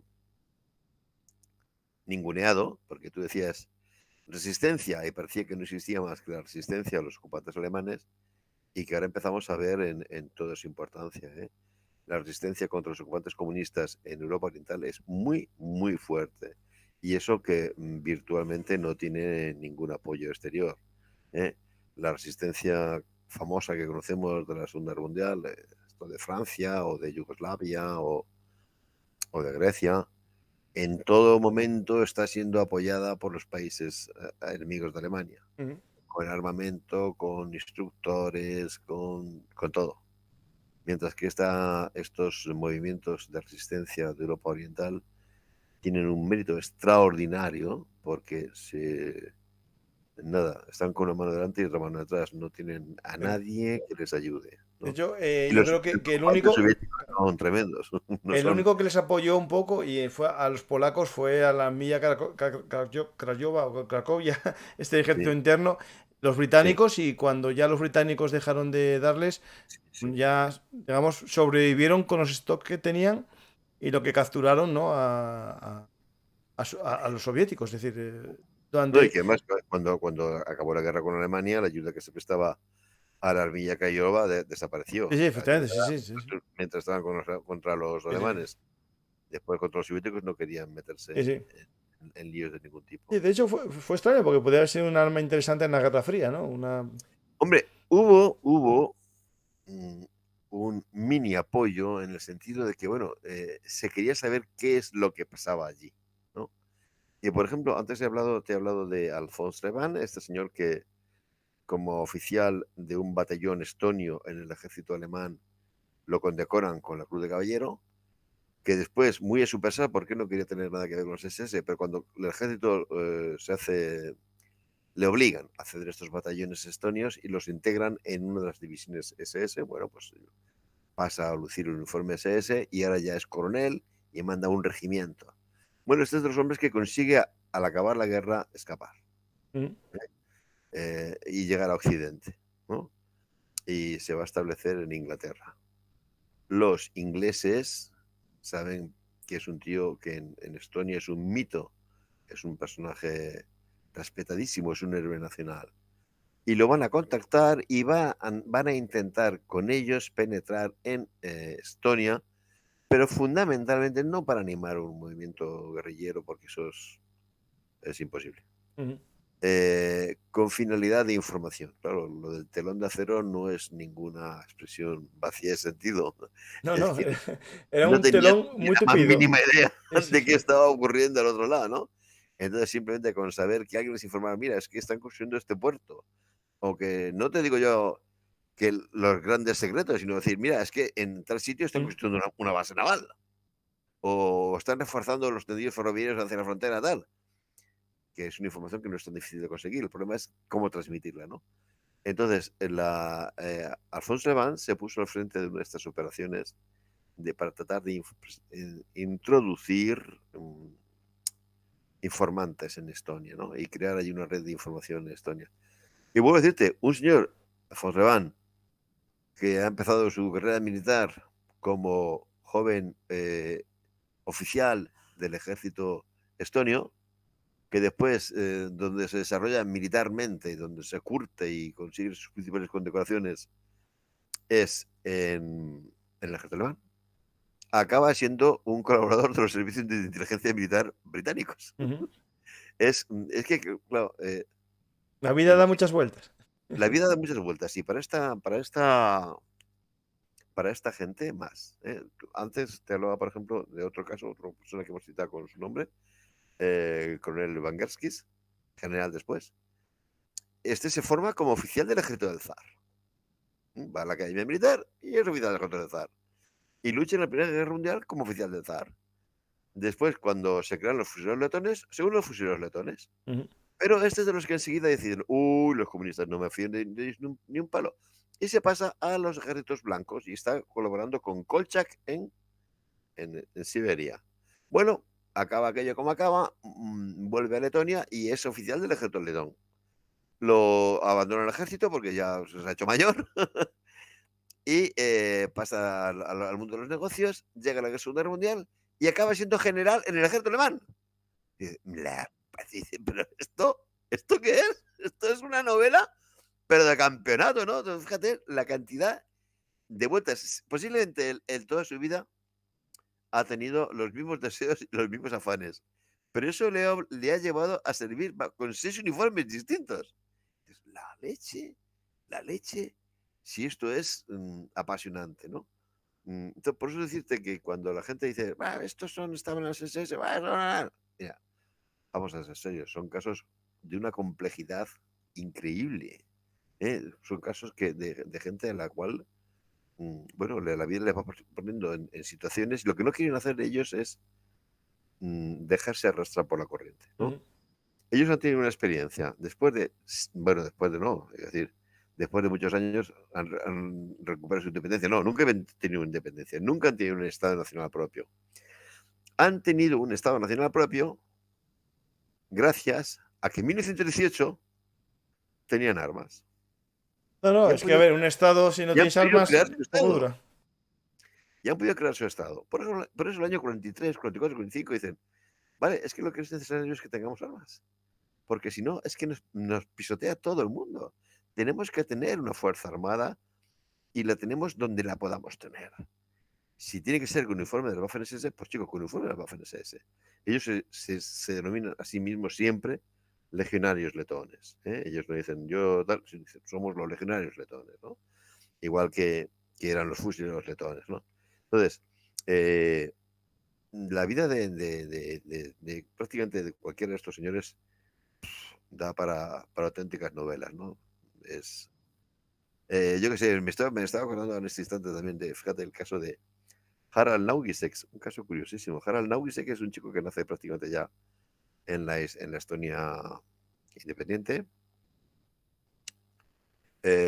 Bueno, se une a las tropas alemanas, es legionario estonio, un tío muy valiente, evidentemente, porque le dan tropa, estamos hablando de un tío de tropa, le dan la Cruz de Hierro. Bueno, pues finalmente cae en manos soviéticas. Tú imagínate lo que puede ser eso. Sí. Un estonio con uniforme alemán, uniforme de la Waffen-SS, y además condecorado con la Cruz de Caballero. Te puedes imaginar lo que es. eso significa que te vas deportado al Gulag. No, Bueno, si llegas, ¿eh? Si llegas. sí, no. Lo del Gulag estaba pensado para que la gente muriera allí trabajando. Punto No, pelota. digo que te pueden matar antes de mandarte. Sí, no, pero dice, no, esto vamos a sacar la rentabilidad, lo Mm, mandamos a trabajar y lo mandamos trabajando. Punto sí, pelota. sí. Bueno, pues este tío debe ser portentoso, porque sobrevive. Y finalmente, en la Unión Soviética, el año 55, sí, el año 55, es después de la muerte de Stalin, se da una amnistía oficial para aquellos ciudadanos soviéticos que en el marco de la Gran Guerra Patriótica, dicen ellos, han colaborado con las potencias fascistas, bla, bla, bla, bla. Moraleja. Harald Naugiseks aún está vivo cuando se produce ese fenómeno. 10 años de Gulag. Y lo Sí. sueltan. Y vuelve a Estonia. En Estonia todo el mundo sabe quién es. Quiero decirte que nadie le quiere dar trabajo, nadie, bueno, súper aperreado, porque ha sido Harald Naugiseks. En los alemanes han hecho carteles con su cara, ha salido en los noticiarios, vamos, que no se puede esconder. Y todo el mundo sabe quién es. Aparte que los autoridades soviéticas, por supuesto, le han dado la libertad y han mandado a Estonia un informe sobre quién es, ¿no? Pues el señor consigue vivir lo suficiente para ver la independencia de Estonia. ¿Y cómo se restablece el ejército estonio? Y una de las primeras cosas que hace el ejército estonio es reconocerle grado de oficial, darle Entonces, de las últimas fotos de Harald Naugiseks, que murió hace 4 años, te lo ves con su uniforme de oficial estonio actual, más viejecito que la hostia, claro, con su cruz de caballero. Es La las tengo, la imágenes, tengo, tengo la foto, ahí va. ahí la tienes, espectaculares, ¿no? Tú dices, madre mía, la vida de un tío, lo que da de sí. En fin, que insisto en la idea que son historias tan complejas que incurrir en simplificaciones burdas es una auténtica ofensa para la inteligencia. A ver, el problema es que el que vive el mundo blanco y negro, ¿no? Pues Sí, siempre va a eso, a los extremos, ¿no? sí. Y es mucho más complejo el mundo, como estamos viendo en cada programa que hacemos en Belum Artis, Sí. vemos muchas tonalidades de grises. Tengo unas fotos aquí que es del entierro, ¿no? Las fotos que están con las Sí. flores. Claro, es que el entierro fue un acto oficial con un montón de militares vestidos de uniforme, luciendo todas las condecoraciones que tenía este señor, condecoraciones estonias y alemanas, etcétera, etcétera. Enterrado como un auténtico héroe nacional. Mm. Es decir, un señor que ha sido un super mega hiper proscrito en su patria, ¿no? Puede por lo menos tener la satisfacción de decir, bueno, pues al final se me ha reconocido. Pero claro, estos hay muy pocos que lo puedan decir, porque ya te puedes imaginar que la mortalidad en el Gulag, donde vieron a todos estos miles y miles de soldados estonios, Mm. la mortalidad era brutal, ¿no? Era... El emblema que, bueno, que tiene esta unidad, que es un brazo con una espada y una Sí, E de Estonia, ¿no? sí, ellos quisieron siempre subrayar dentro del ejército alemán en su carácter nacional, ¿no? Mm. Entonces, ves, siempre utilizan el escudo nacional propio, que es, por cierto, es muy curioso porque hay tantísima gente y hay tantísimas fotos que es una risa. Yo creo que no he visto dos fotos en las cuales, por ejemplo, a un letón se le ve el escudo en el mismo sitio. Uno en un brazo, otro en otro. Otro para la parte de arriba, otro para la parte de abajo. Yo qué sé. De modalidades de escudos distintas, un montón. Pero bueno, en lo que estuvo un poquitín más normalizado, que fueron Mm. las Waffen SS, se diseñaron emblemas específicos para el cuello para la división Estonia, que es una especie de brazo Sí, sí. con una espada, Una espada, ¿no? y también para las divisiones letonas. Había ocurrido ya también con el ejemplo que estudiamos en su momento de la división ucraniana, Mm. que en vez de llevar las runas, llevaba el león de Galicia, ¿no? Se procuraba darles un cierto componente nacional a estas unidades. Me refiero que los alemanes lo toleraban. Podía decir, no, usted lleva no, vamos a tolerarlo, porque tenían que dar un poquitín de correa. Mm. Y tú le decías, no, ¿por qué no recreamos el ejército nacional estonio? Y punto pelota, y nos dejamos de tonterías. No, eso no. Eso es Eso no, demasiado ya. eso es demasiado. Entonces, un poquitín te permitimos que emplees tus escudos nacionales y emblemas nacionales, pero tanto como lo otro, pues no. Digamos como de provincia dentro del imperio. Bueno, Sí, como estado cliente o algo sí. así. Sí. Pero el uniforme, Que por el cierto que fue es. un error total, porque el año 43 los alemanes tienen que ir persiguiendo a los letones o a los estonios para que salisten, Ujú. cuando el año 41, ya conforme han llegado ¿eh? a estos países, se les han ofrecido en masa para integrarse. ¿eh? Un ejemplo, Estonia. Estonia es el último país que ocupan los alemanes porque en julio se queda para la ofensiva y queda hasta agosto, no la retoman y no ocupan el resto de Estonia. Bueno, pues entonces en todas esas ciudades que han ocupado o liberado, o como queramos llamar, hay desfiles y las unidades letonas o estonias que han participado en la liberación, milicias, desfilan, y cuando van a terminar el desfile, las autoridades militares alemanas dicen, venga, ahora entreguen las armas y vuelvan a su casa.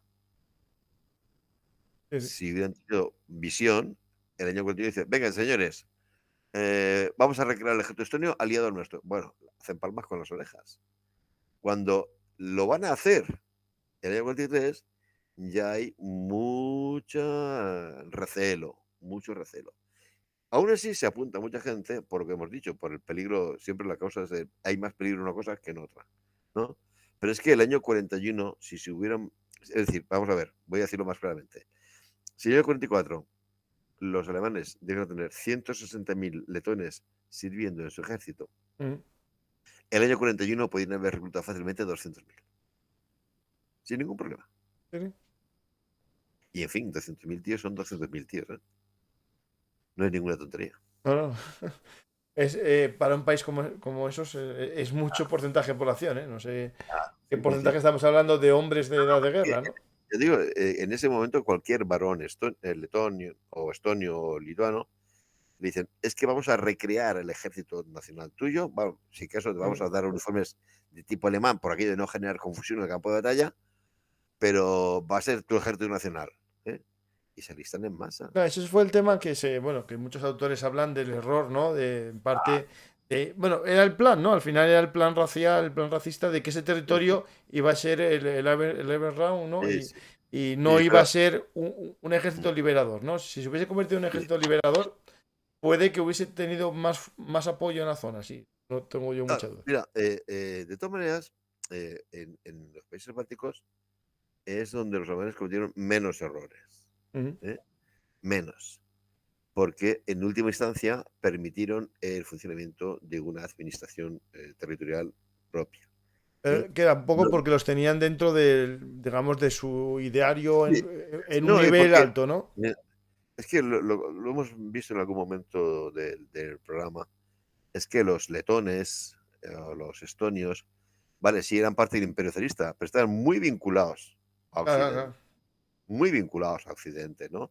Culturalmente, por aquello que eran esto, luteranos, etcétera, claro. muchísimos chicos de Estonia y de Letonia estudiaban en universidades alemanas. Mira, Konstantin Paz, fue presidente y después dictador de Estonia. Ese señor había hecho todos sus estudios universitarios en Alemania. Ajá. Entonces, claro, o sea, llegan los alemanes a Estonia o a Letonia y llegan a cualquier aldea o cualquier pueblo y se encuentran a 25, a 30 o 40 tíos que saben hablar alemán. Y enseguida pueden interactuar, Ujú. ¿no? Hostia, si estos tíos son como yo, tal, estaban más occidentalizados. Ujú. Claro, llegas a una aldea rusa o una aldea ucraniana y para ti esos tíos son como marcianos. ¿Entiendes? Entonces, Oh, dices, y eso influenciado bueno, incluso por el pensamiento que se estaba claro, metiendo, pues marcianos no, casi ya de sí, otro sí, universo. sí, sí. Pero por decirte que aquí es más fácil interactuar, con lo cual al final dicen, oye, tío, pues que no, si lo permiten, hay un directorio nacional estonio, que vamos a ver si mi memoria no me falla. Hjalmar Mae. Sí, Hjalmar Mae lo dirige. ¿eh? Y hay un directorio nacional letón, que este es el general, es el general Oscar Denkers. ¿eh? Y hay uno que también se crea en Lituania, pero esto dura muy poco, también por un general, Peter Kubiliunas, creo que se llamaba. Bueno, pues esta gente les permiten, por ejemplo, que sigan abiertas las universidades, que sigan abiertas las escuelas, que se reanude la vida económica, revierten el proceso de colectivización. Dicen, bueno, pues esto son coleguillas, como, bueno, con esto podemos tratarlos. Cierto, después cada vez que me dicen, que ¿por qué no nos permitís crear nuestro ejército nacional? No, no, ni se te ocurra porque esto es del Reich. Bueno, ya pasa. En el día a día es más fácil, muchísimo más fácil la colaboración. Y los alemanes, en este caso, pues dan un margen de autonomía que hace que mucha gente diga, bueno, vale, sí, no es lo que yo querría. Yo querría que se creara que renaciera la República de Letonia y que se recreara el Ejército Nacional Letón. No es lo que yo creería, pero bueno, algo es algo. Es, da un margen para actuar, ¿no? Y entonces te encuentras con que eso, con que los chicos pueden seguir yendo a las escuelas y que las universidades siguen abiertas y que se siguen publicando libros en su idioma, etcétera, etcétera, etcétera, ¿no? Hay un margen ahí de respeto, y porque por mucho que hubiera un plan racista, me refiero ahora respecto a los países bálticos, eso es algo que el alemán de a pie no tiene ni la más remota idea. Es decir, a ti te mandaban como comandante militar de Libau, o Liepaja, llaman los letones. Lo que los alemanes llaman Libau. Y eres el comandante militar de la plaza. Y bueno, tú lo que ves es que hay un montón ahí de señores letones o de señoras que hablan alemán, que han estudiado en tal universidad, que han viajado por Alemania y que y bueno, yo qué sé, te permite mantener una relación mucho más. Y dice, bueno, pues entonces, hombre, sí, crear una fuerza de policía, sí, hombre, ve qué tal, y que es mucho más fácil interactuar, ¿no? No Bueno, es sí, lógico, sí, sí. La esa barrera barrera cultural no creativa, existe. no, mucho menor, mucho menor. ¿eh? Ahora, tú le dices al gobernador general de Estonia, quiero crear un gobierno estonio, y dice, y lo vas a crear tú, chaval.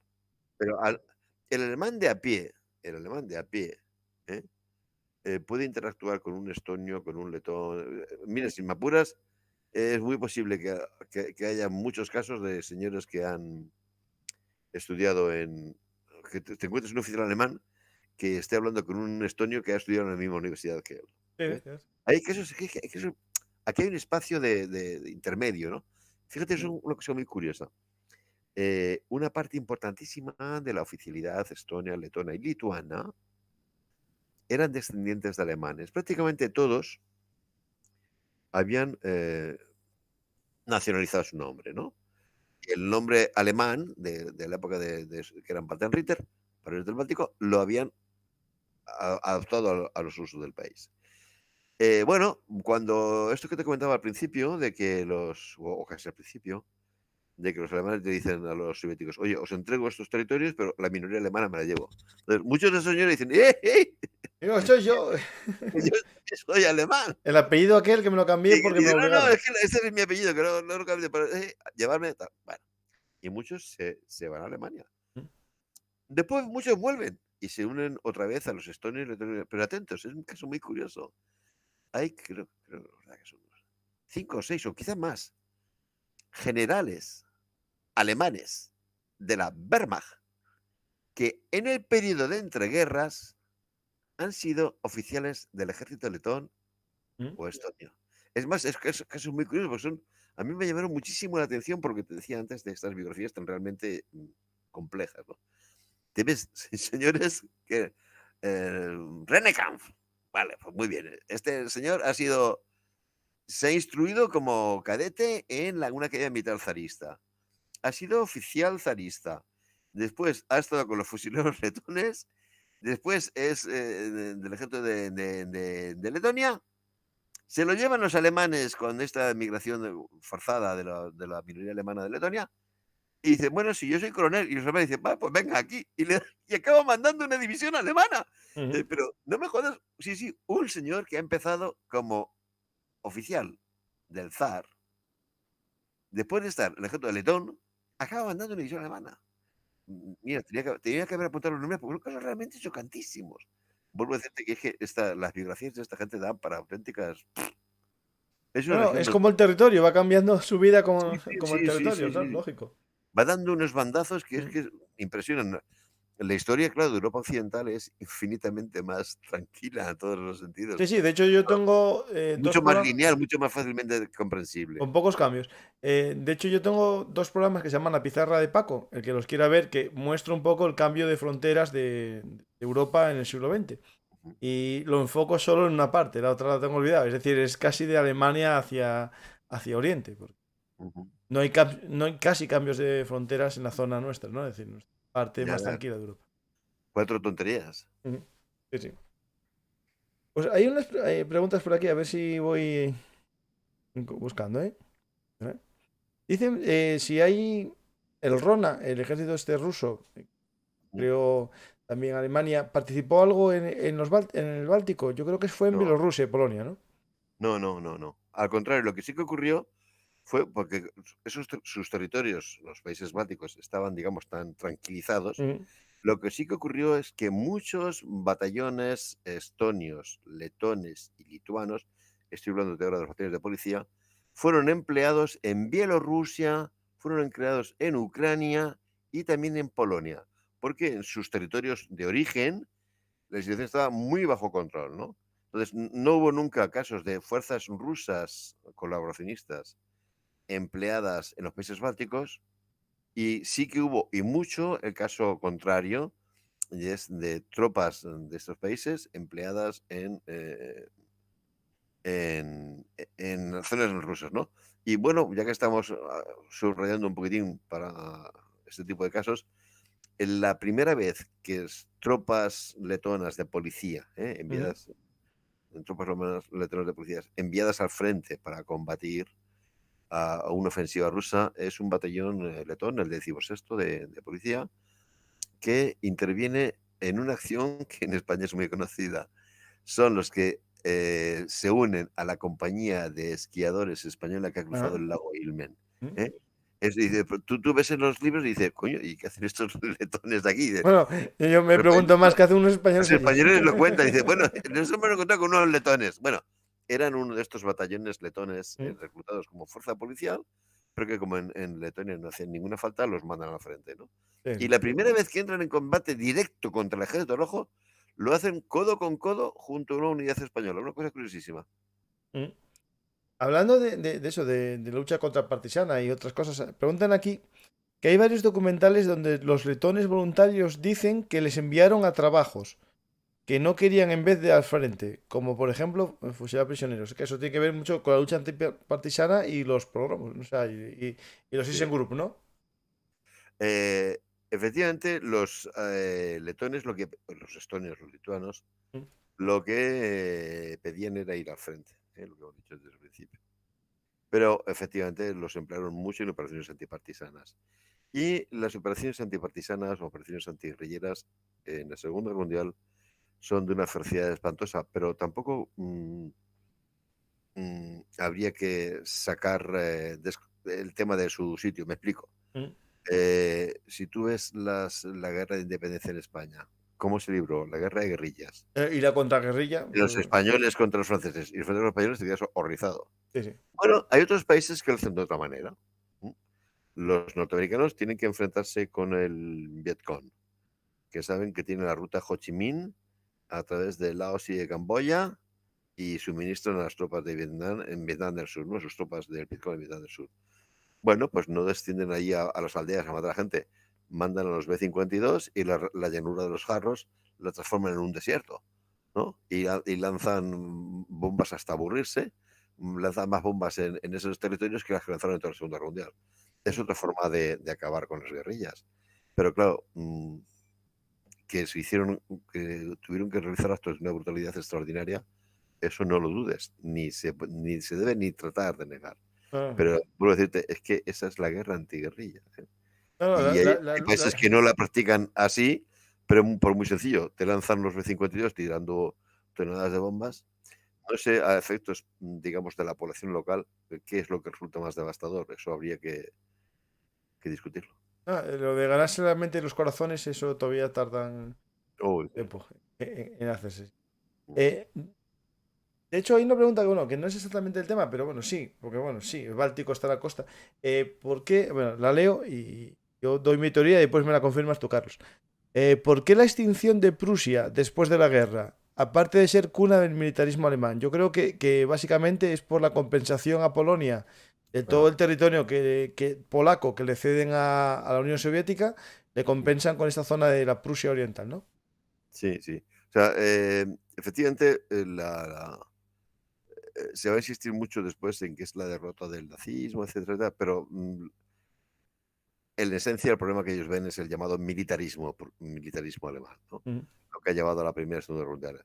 Entonces, el militarismo alemán tiene su corazón en el llamado militarismo prusiano.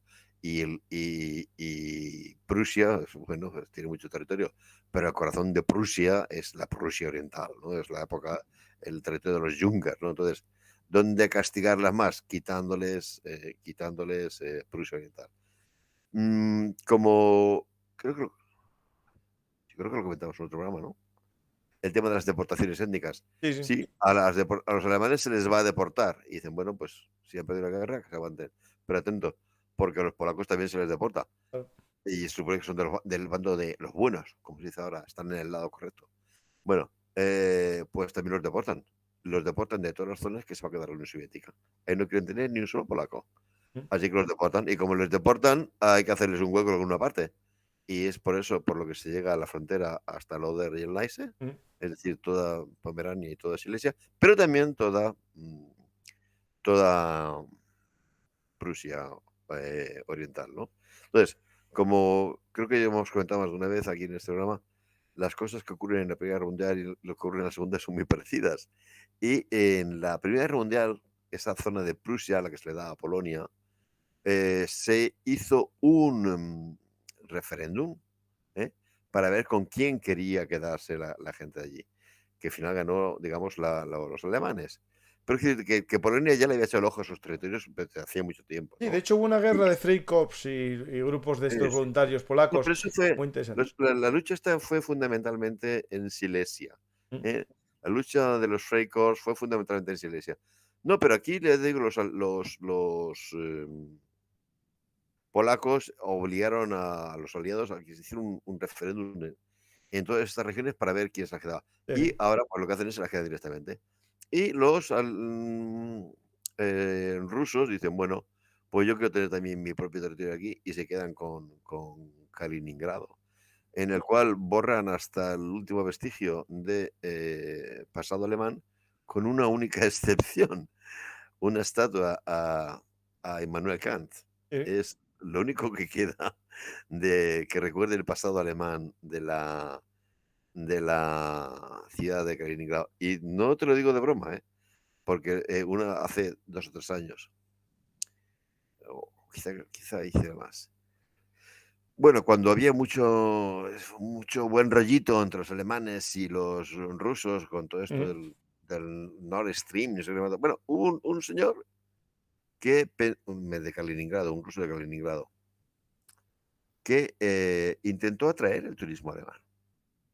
¿Y qué hizo? Pues una especie de hotelito que imitaba las construcciones alemanas de la época ¿Ah? y de las tradicionales. Y le puso el nombre en alemán. No recuerdo el nombre. Hostias, se lo hicieron demoler. No, claro. Acusándole de que fomentaba el irredentismo alemán sobre la Prusia Oriental. O sea, no te pienses tú que es ninguna tontería lo de que dicen, no, esto aquí no vamos a hacer esto nunca jamás, ni hartos de vino. Esto, no le dejaron construir un hotelito con aspecto Bávaro. alemán y nombrecito en alemán para atraer Sí. turistas alemanes. Que eso lo haces a lo mejor, ¿qué digo yo? En Moscú y no pasa nada. Bueno, lo haces en En Benidorm y... Kaliningrado son súper sensibles a este tema. Sí. De Kaliningrado, recomiendo a la gente que vea el programa que tenemos con Lucas Martín, que es muy interesante y explicamos un poco la historia de la ciudad, bueno, de la ciudad y del territorio limítrofe. Y lo recomiendo, es un muy buen programa. Pues, Carlos, hay una pregunta que hacen aquí que no sé exactamente, llevan bastante, quieren que hablemos, pero es un poco complejo, es el tema de Kosovo, lo que está pasando a día de hoy con Bosnia, con Serbia, mejor dicho. y es muy Ahora, complejo. ¿verdad? No querrá que hablemos ahora. Yo creo que se nos va del Báltico un poco. Tiene que Sí, ver no, con los no. eslavos. No, bueno, madre mía, eso ya es un mundo entero en sí Sí, mismo. sí, sí. Es algo que, mira, lo comento al público porque me pregunta que diga algo. Básicamente, cuando empezó la guerra, yo tenía un vídeo que me habían pasado, Belgrado, cantando el himno ruso en las calles y básicamente viéndolo como una especie de ofensa, ¿no? O una defensa a la eslavicidad, ¿no? Y ya estaba caliente en aquel momento, en febrero, y ahora se está calentando aún más, porque es algo que Sí, ya se sabía. Kosovo tiene ya, no es reconocido por todos, hay países que lo reconocen, otros que no, y Serbia nunca reconoció la independencia de una parte inherente de su territorio. Y al final, pues a río revuelto puede que nos vayamos a un escenario muy caliente en un territorio que no reconocen en casi ningún país. Estados Unidos lo reconoce, Kosovo. Pero bueno, eso sería para hacer un programa que voy a intentar a ver si lo muevo sobre el tema de Serbia y Kosovo. Pero ya no sería aquí, ¿vale? Lo digo por si acaso creen que no lo leí. Sí, está leído, sí, sí. Pero ya hace tiempo, ¿eh? Incluso el territorio de Bosnia y Herzegovina, lo digo, la parte serbia tenía ya problemas de irredentismo dentro de Bosnia y Herzegovina. Porque no reconocen tampoco los acuerdos que se habían firmado. Está muy caliente el ambiente por esa zona. sí que se puede calentar mucho todo. Sí, sí. A ver si alguna pregunta más. ¿Alguna bibliografía para profundizar? Yo creo que puse muchos libros por el camino, ¿no? Fotos de libros hay muchos. ¿Alguno que Sí. puedas recomendar así, aparte de los tuyos y... Mm. Bueno, yo estos 3 libritos de libritos, porque son un tamaño muy manejable, por Mm, ejemplo, los de Garland, de ¿no? Alan Books, yo creo que son altamente instructivos, porque además tienen un gran aparato gráfico, etcétera, etcétera. Eh, y a lo mejor se anima Alan Books y saca otros que cubren el periodo de entreguerras o la Segunda Guerra Mundial, ¿no? Mm, Eso por decirte los más asequibles, porque después ya tienes que tirar a idiomas extranjeros, ¿no? En inglés hay muchísimo, muchísimo. Y si eres un tío valiente y te lanzas a lo que se publica en los países bálticos, ya te mueres. Pero hay mucho, mucho en inglés, publicado en inglés. mm. Se puede acceder, me imagino, a través de los portales estos de compra de libros. No, en Amazon, el que quiera entrar a buscar esos libros en inglés o cualquier otro, a través Sí, siempre, por favor, recordad, nos cuesta de cualquier enlace que pongo yo de Amazon. Que sí, ayudáis. sí. Porque es que hay muchísimo, muchísimo. No sé si has puesto las imágenes, me imagino que sí, Sí. de 2 libros muy grandes, se ven que son libros muy ilustrados, uno sobre la Viesu Legionari y Espera, otro sobre espera. este. Son 2 libros muy grandes, de un formato muy grande. Son libros fotográficos. Estoy buscando a ver si encuentro, ¿eh? Porque yo esos nombres. A ver, espera. Legion, no, eso no es. We are Soldiers, Estonia in World War II. No, Stonsici Waffen. no, ¿cómo? Stonsici. No. No. Bueno, Estoy buscando fotos, espera, espera. sí. Munsk, este no es de fotos, no. Este va a ser. Hay La 2 Ptistis libros. Legionari. ¿Cómo? La Ptiesu Legionari. Exactamente. Y otro que Eh, tiene exactamente el mismo formato que ese. Bueno, te digo porque esos son 2 libros que están en el idioma nacional y están en inglés y tienen un fenomenal, fenomenal apartado fotográfico, ¿no? Esos son libros de esos de capricho, de decir, joder, voy a tener un libro chulo. Son 2 libros que recomiendo muy, muy vivamente porque son un apartado. Y después esos muchísimos otros libros, ya te digo, que están en inglés y que se pueden conseguir. Pero esos 2 libros fotográficos de gran tamaño eh, son libros que a mucha gente le van a gustar. Yo Pues tuve la suerte que un amigo que estaba viajando por los países bálticos en turismo lo vio, los vio, intuyó que me iban a comprar, que me iban a gustar y me los compró y me dijo, ¿te he comprado esto? Yo encantadísimo de que me los hubiera traído porque, mm, bueno, son fabulosos. Me preguntan dónde se puede conseguir el libro de uniformes alemanes de Carlos. Entiendo que es el de Osprey.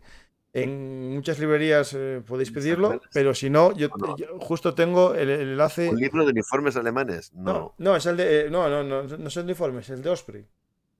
Ah, el de Osprey. Sí, como tiene ilustraciones fuera de uniformes, debe ser ese, sí.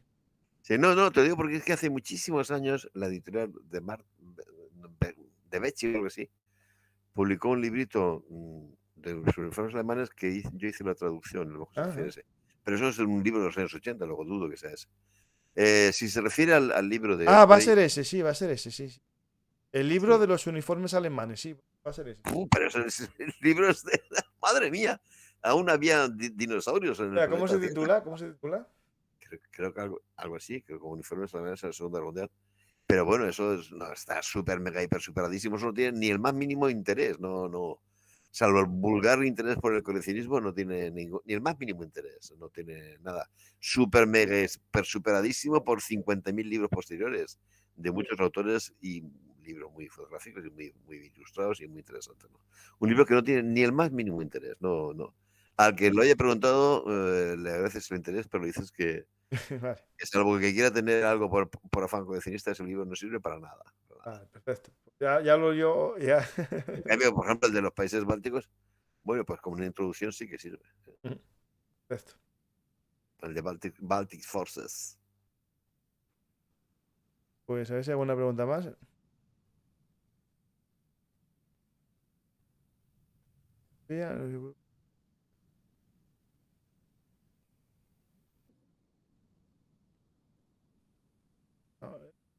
Si tenéis alguna pregunta, aprovechar ahora que vamos a ir acabando.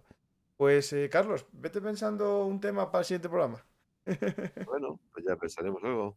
Sí, hay que aprovechar y ya que tengo la suerte, ¿no?, de contar con... Vienes a mi pequeño canal, aprovechar y tenemos muchos temas. Por ejemplo, me interesa mucho el tema, que ya sé que escribiste a lo mejor hablaste con Rubén, creo, historias bélicas que me contadas, el tema de los voluntarios del Cáucaso, eso me interesaría, todos esos pueblos del Cáucaso que se unen al ejército alemán por parecidos motivos a este también.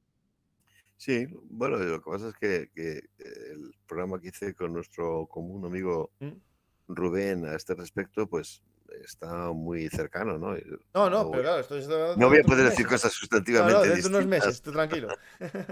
No, y me refiero que si me dices dentro de 3 años, igual, claro, pueden aparecer libros nuevos y cosas de estas, pero francamente, en estos 3 o 4 meses no ha variado mi percepción de los hechos y la gente puede, lo que yo vaya a poder decirle. Pues que lo busquen en el canal de Eurasia 1945 de Rubén. Programa. Bueno, sí. Piensa el tema y ya me lo dices por mensaje ahí por WhatsApp y me dices el tema. Claro, yo voy a lo que ya conozco de ti. Y eso, claro, al final tienes tu razón que hay que generar nuevos temas.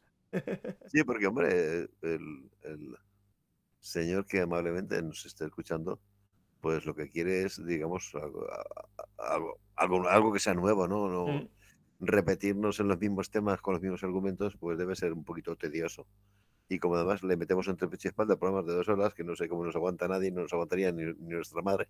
No, ni nuestras parejas, ni nuestras mujeres, ni nadie. Ni las Solo entre nosotros nos aguantamos. Sí. Pues entonces, si encima repetimos el tema y los argumentos y tal, hay que ser un poquito más bueno con la gente que amablemente nos escucha. Pues ya seguro que te van a decir que les gusta igual repetido 30 veces. Bueno.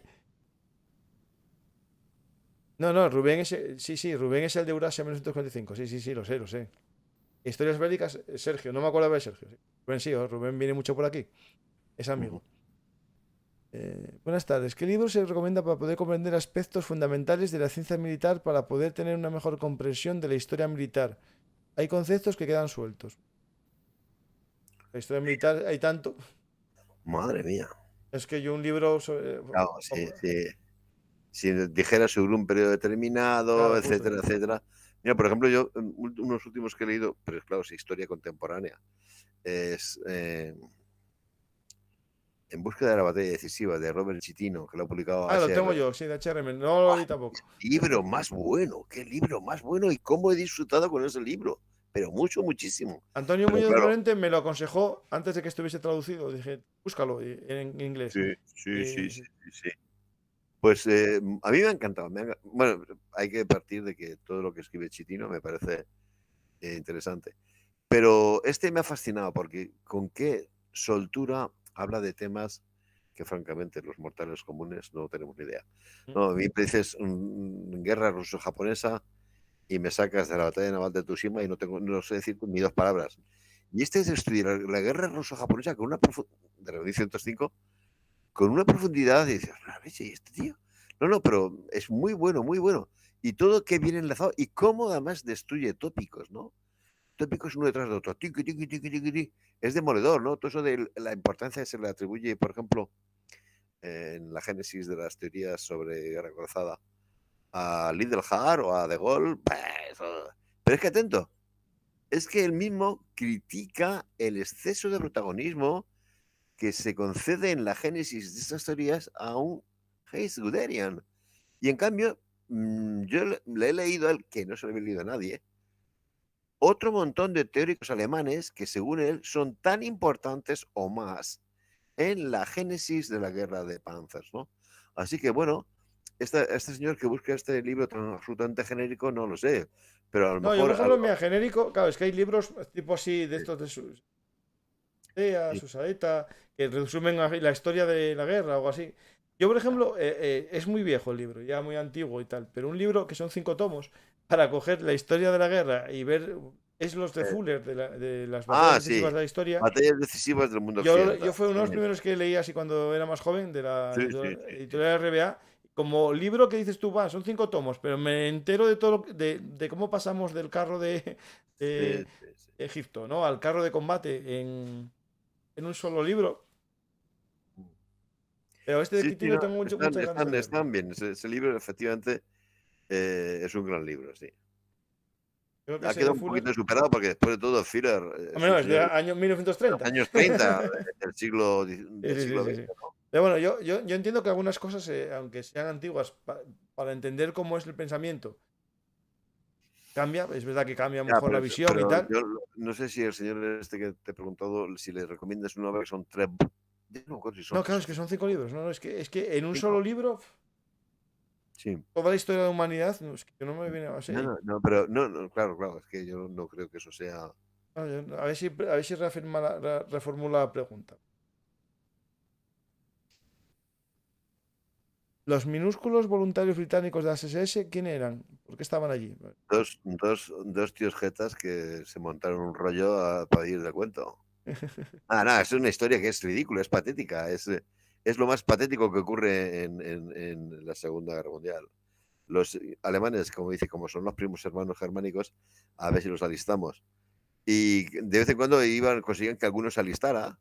Sí, ese señor se alistaba, se daba unas vueltas por Alemania, iba a tal, y dice, bueno, para el frente, dice, sí, al frente una mierda. Vuélveme al campo de concentración, que yo ya he visto, me he pasado una semanita aquí divertidos, tal, pero que fueron 5, no tienen ni el más mínimo interés, y lo único que demuestra es cómo los alemanes pueden ser tan necios, dedicar tantos esfuerzos a algo que no tenía ningún sentido, en vez de haber dedicado ese esfuerzo, por ejemplo, pues a los temas importantes, como por ejemplo que hemos estado viendo de los letones. Si hubieran tratado a los letones con la misma consideración que a esos 4 sinvergüenzas ingleses que aprovecharon para darse vueltas por Alemania vistiendo uniforme de las SS, bueno, habrían reclutado 2 millones de letones. Sí, sí, claro, sí, sí. Es una cosa de las más grotescas que puedan ocurrir. No tiene ni el más mínimo. Es para la historia internacional del ridículo. Sí, sí. Estoy pasando a los que quieren el libro de Quitino, de amigos de HRM Ediciones.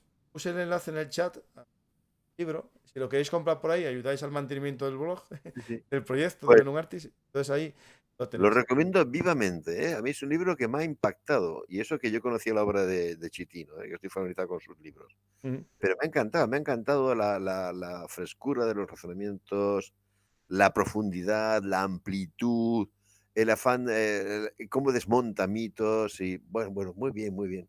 Qué erudición, Dios mío. Pero además, qué bien explicado. Sí, Una sí. mezcla de erudición y de bien explicado, es fantástico. Eso es lo importante. Es decir, hay gente que tiene muchos datos y tal y no sabe explicarlo a la gente. Sí, Yo creo que para divulgación histórica lo importante es llegar a sí, la gente. Sí, sí. sí, sí, sí, sí. A ver si hay alguna pregunta más por ahí. Vamos.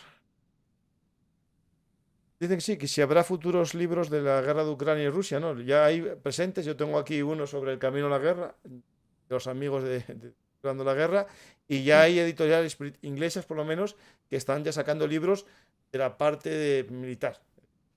Pero bueno, hay que esperar un poco. Yo creo que para hacer un libro de la historia de la guerra, primero tiene que acabar. Ya. Se acaba. Puede Sí, estar hombre, como el Donbass 10 años o 20. O sea. sí, eso puede ser. De hecho, la guerra actual es la continuación de Sí, la que sí, empezó sí, sí. hace años Es que yo con creo declaraciones. que a largo plazo, cuando alguien escriba un libro sobre la guerra esta, empezará en el 2014. Sí, sí, sí, sí, sí. Digamos, la parte de combates, no la de política. Ya mucho. Ya, ya, ya, ya. Pero sí, efectivamente es la misma guerra, sí, Sí, sí. Ahí no tengo dudas. Podemos decir que son fases de la guerra. efectivamente. O guerra, la misma guerra se separa por treguas, Mm. Sí, sí. más o menos. Treguas o más bien alto el fuego, ¿no? O sí, algo así. Porque sí, yo creo que acuerdos como tal no hubo, fue eso, más bien altos. Pues nada más, hay una pregunta que dicen que si hay algún tema o algún periodo histórico, no un periodo histórico, tema de la Segunda Guerra Mundial, a lo mejor que te haya gustado escribir y no hayas escrito. Uf. O básicamente si estás en el proyecto de algún libro nuevo. O sea. Sí, sí que tengo proyectos nuevos. Tengo proyectos nuevos, pero muy poco madurados aún. Ujú. Sí, me gustaría escribir, por ejemplo, todo lo que es la historia de todos los voluntarios europeos que lucharon contra el comunismo, que me he quedado con muchos capítulos sin escribir. Esa me gustaría escribirla entera, eso es francamente. Pero hay otras cosas, yo que sé, por ejemplo, son temas colaterales. Mm, A mí me gusta mucho, por ejemplo, temas que van a parecer un poco ridículos, pero si uno tiene intereses militares, de historia militar global, por ejemplo, dices la Kriegsmarine, y dices, bueno, tú te coges y te encuentras 200.000 libros sobre los submarinos y sobre la gran flota de superficie, ¿no? Y cuando resulta que la inmensa mayoría de los marineros alemanes lo que sirvieron fue en lo que llaman la Marina de Aguas Marrones, en las innumerables centenares de Torpederas y patrulleras, ¿no? flotillas y de dragaminas, de esta Marina de Aguas Marrones que llaman. Eh, bueno, dices, bueno, pues es que esta gente estaba ahí. Si es que la Kriegsmarine no es la Marina oceánica, porque no, ahí no está. Entonces, no sé, eso me intriga mucho. Siempre que tengo opción a leer sobre eso, leo, porque me llama mucho la atención, ¿no? No, y Y torpederas tuvieron muchas. Y de lanchas rápidas, eso no, fue. torpederas, no, Eso. y unidades más modestas. Los dragaminas, por ejemplo, o los minadores. Había centenares de flotillas de eso, ¿no? Y O, pues o estaba el invento este del Siebel, que era una sí, especie de sí, lancha todas las, con motores de avión. Que era la todas estas Luftwaffe. flotillas digo, se les llama de aguas marrones. Me interesa muchísimo porque nadie parece fijarse en que eso existe. O eh, mm, de la Luftwaffe se han escrito libros, infinidad de ellos, maravillosos, sobre los pilotos de caza o sobre los istocas. Hay obras de una erudición famosa, ¿vale? Pero ¿alguien sabe que el servicio de rescate naval en agua marítimo de la Luftwaffe fue el primero que se estableció y el más eficaz? O Yo que sabía lo de posiblemente. las boyas que lanzaban para que se metiesen Sí, los no, no, pilotos pero y tal. estaba muy bien organizado y era súper eficaz. O que la aviación de transporte alemana asumió unos retos increíbles y lo hizo increíblemente bien la aviación de transporte de la Luftwaffe, prefiero. ¿No? No, porque digo que si un tío maneja un avión de transporte, como que no está haciendo nada, que tienes que estar disparando desde un caza para hacer algo. No, no, no, pues hay muchos aspectos de la historia de la Luftwaffe que no, yo no los veo por ninguna parte. Y no es que, bueno, simplemente cuando tengo posibilidad de acceder a información sobre ello, pues accedo. Sí, sí. Eh, y, y después está ahí un tema que es curiosísimo. Todo el mundo más o menos es consciente, ¿verdad? Dice, voy a volar de viaje a Cancún, ¿no? Y ves que hay un piloto que lleva el avión. pero a la vez te das cuenta de que hay centenares de personas en tierra que hacen posible que eso ocurra, ¿no? No, sí, muchos. Aquí ocurre lo mismo. La gente no sabe la cantidad tan increíble de personal de unidades terrestres que tenía la Luftwaffe. Es que la gente no sabe ni que existían esas unidades de servicios terrestres, ¿no? Que había montones de compañías de mantenimiento que iban de una parte a otra de Europa siguiendo a las órdenes de lo que sea, ¿no? O con las tareas más singulares bueno, las unidades de transmisiones de la Luftwaffe, inmensas, porque operaban también todo el tema de los radares, ¿no? Etcétera. Entonces, me interesan muchísimo todo lo que es la Luftwaffe que no vuela. Digo, qué tontería. No es por nada, sino porque no puedo evitar tener curiosidad por eso, porque lo otro, lo de los Sí, pilotos ya de es más caza, famoso. oye, hay unos libros maravillosos sobre este tema, ¿no? Incluso sobre los bombarderos y tal y cual, ¿no? Sobre todo si son los Stuka y tal. Libros fabulosos. Pero todo lo que es el personal que sirve en una fuerza aérea y que no se ha montado en un avión en ningún momento, eso me despierta muchísima curiosidad. Y yo no sé si alguna vez escribiré algo sobre eso, pero desde luego cuando tengo ocasión de acceder a alguna fuente de información sobre ese tema, me la leo con interés. Porque la guerra los conflictos hay que planteárselos como una cosa global, no simplemente los aspectos épicos de esto qué es lo que hace que la guerra, que los ejércitos operen en realidad. Yo siempre digo lo mismo. A mí veo al mariscal Clays llegando con sus vanguardias al Cáucaso, con el primer Panzer, y dices, la leche. ¿Qué movimiento han hecho estas? Pues eso ya no me interesa para nada. Es cómo consigue el Eso, pues, mariscal von la Clays. logística. No, cómo consigue hablar con Berlín. Bueno, también, sí, casi.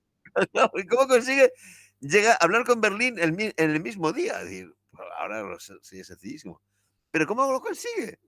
¿Tú te imaginas el esfuerzo que hay detrás de eso? La cantidad de gente que hay implicada. Y por supuesto, ya te digo, ¿cómo consigue que le llegue la munición allí a 5.000 kilómetros de Berlín? ¿No? ¿Cómo le llegue? Madre mía. Esos aspectos cada día me interesan más, porque los otros, quieras tú que no, ya tanta batalla. Bueno, siempre hay gente que lo consigue contar de una manera, como decíamos antes, de chitino, tan brillante y tan interesante, pero no deja de ser un poco repetitivo. Sí, sí. Le dicen, bueno, sanitarios alemanes. No, yo creo que sí que hay más libros de eso. Sí, hay algo más. Sí, Sí. hay alguno más, no muchos, pero yo sí No, que vi alguno en el fotográfico caso, incluso claro, de... aquí, por ejemplo, tenemos una suerte tremenda en el caso para España, que resulta que uno de los aspectos mejor estudiados de la División Azul es el aspecto sanitario. Hay un libro monográfico sobre los médicos, otro libro monográfico sobre los veterinarios, y mate, hay un libro monográfico sobre los farmacéuticos de la División Azul. No puede creérmelo, pues lo hay, ¿no? Entonces, sí, ese es también un tema que resulta extremadamente interesante. Yo tengo este diario de campaña de de un médico de batallón.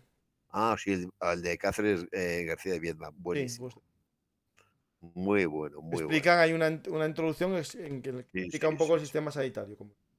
sí, muy bueno. Pues, Carlos, muchas gracias. La verdad, dice aquí la gente que vengas a hablar de lo que quieras. Entonces, tenemos que ver la fecha. Eso, Bueno, hablamos. Yo ya tengo 3 programas semanales hasta diciembre, incluido ya muchos días de diciembre. Pero bueno, hay una sección, se puede hacer un cuarto día para practicar. O si quieres, ya esperamos en diciembre. Solo hablamos. bueno, ya lo hablamos, sí. Pues muchas gracias, la verdad, Pero más Carlos. que nada es encontrar un tema que merezca el interés del público. Pues mira, lo más fácil, piensas el tema y me dices, Paco, ya tengo el tema. Y ya, si veo que no me dices nada, presiono. Muy bien. Pues animo a la gente a que lean los libros que estuvimos recomendando, especialmente todos los de Carlos Caballero Jurado. Lo buscáis en Amazon, entráis por el enlace que puse yo aquí en la descripción, un enlace. Es por ahí a todos los libros de Carlos y vais viendo la cantidad de joyas que tiene sobre la Segunda Guerra Mundial nuestro amigo Carlos. También lo podéis ver en otros canales, en canales amigos de Belum Artis. Digo esto porque, por suerte, todo el mundo de la historia militar, mundo muy, no sé, muy agradable, porque a mí me invitan a un programa, me hacen el favor otros de darme el contacto con Carlos, que me lo dio Rubén. Es decir, vamos ayudándonos unos a otros.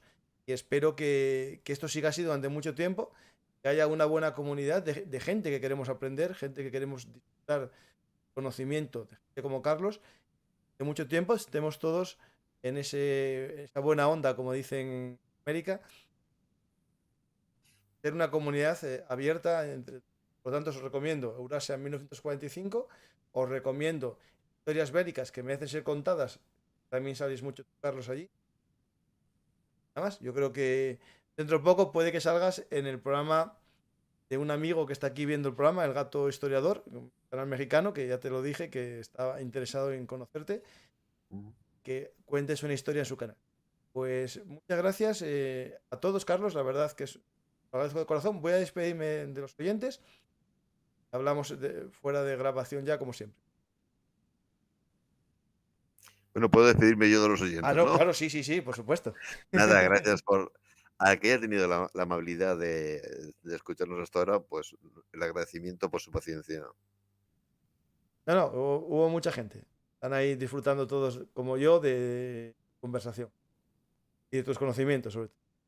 Pues muchas gracias a todos. Espero que os haya gustado esta historia hablada de Bellum Artis. Aquí, Carlos, caballero jurado, para mí un referente en la Segunda Guerra Mundial español. Y bueno, también en inglés, que tiene libros en inglés. Pues espero que hayáis disfrutado con él. Os animo a ver los programas anteriores que tenemos juntos sobre la Segunda Guerra Mundial en Ucrania y la División Azul. Espero que hayáis disfrutado. Si es así, darle a me gusta, compartir y dejar un comentario para que el bichito este de internet nos recomiende a más gente.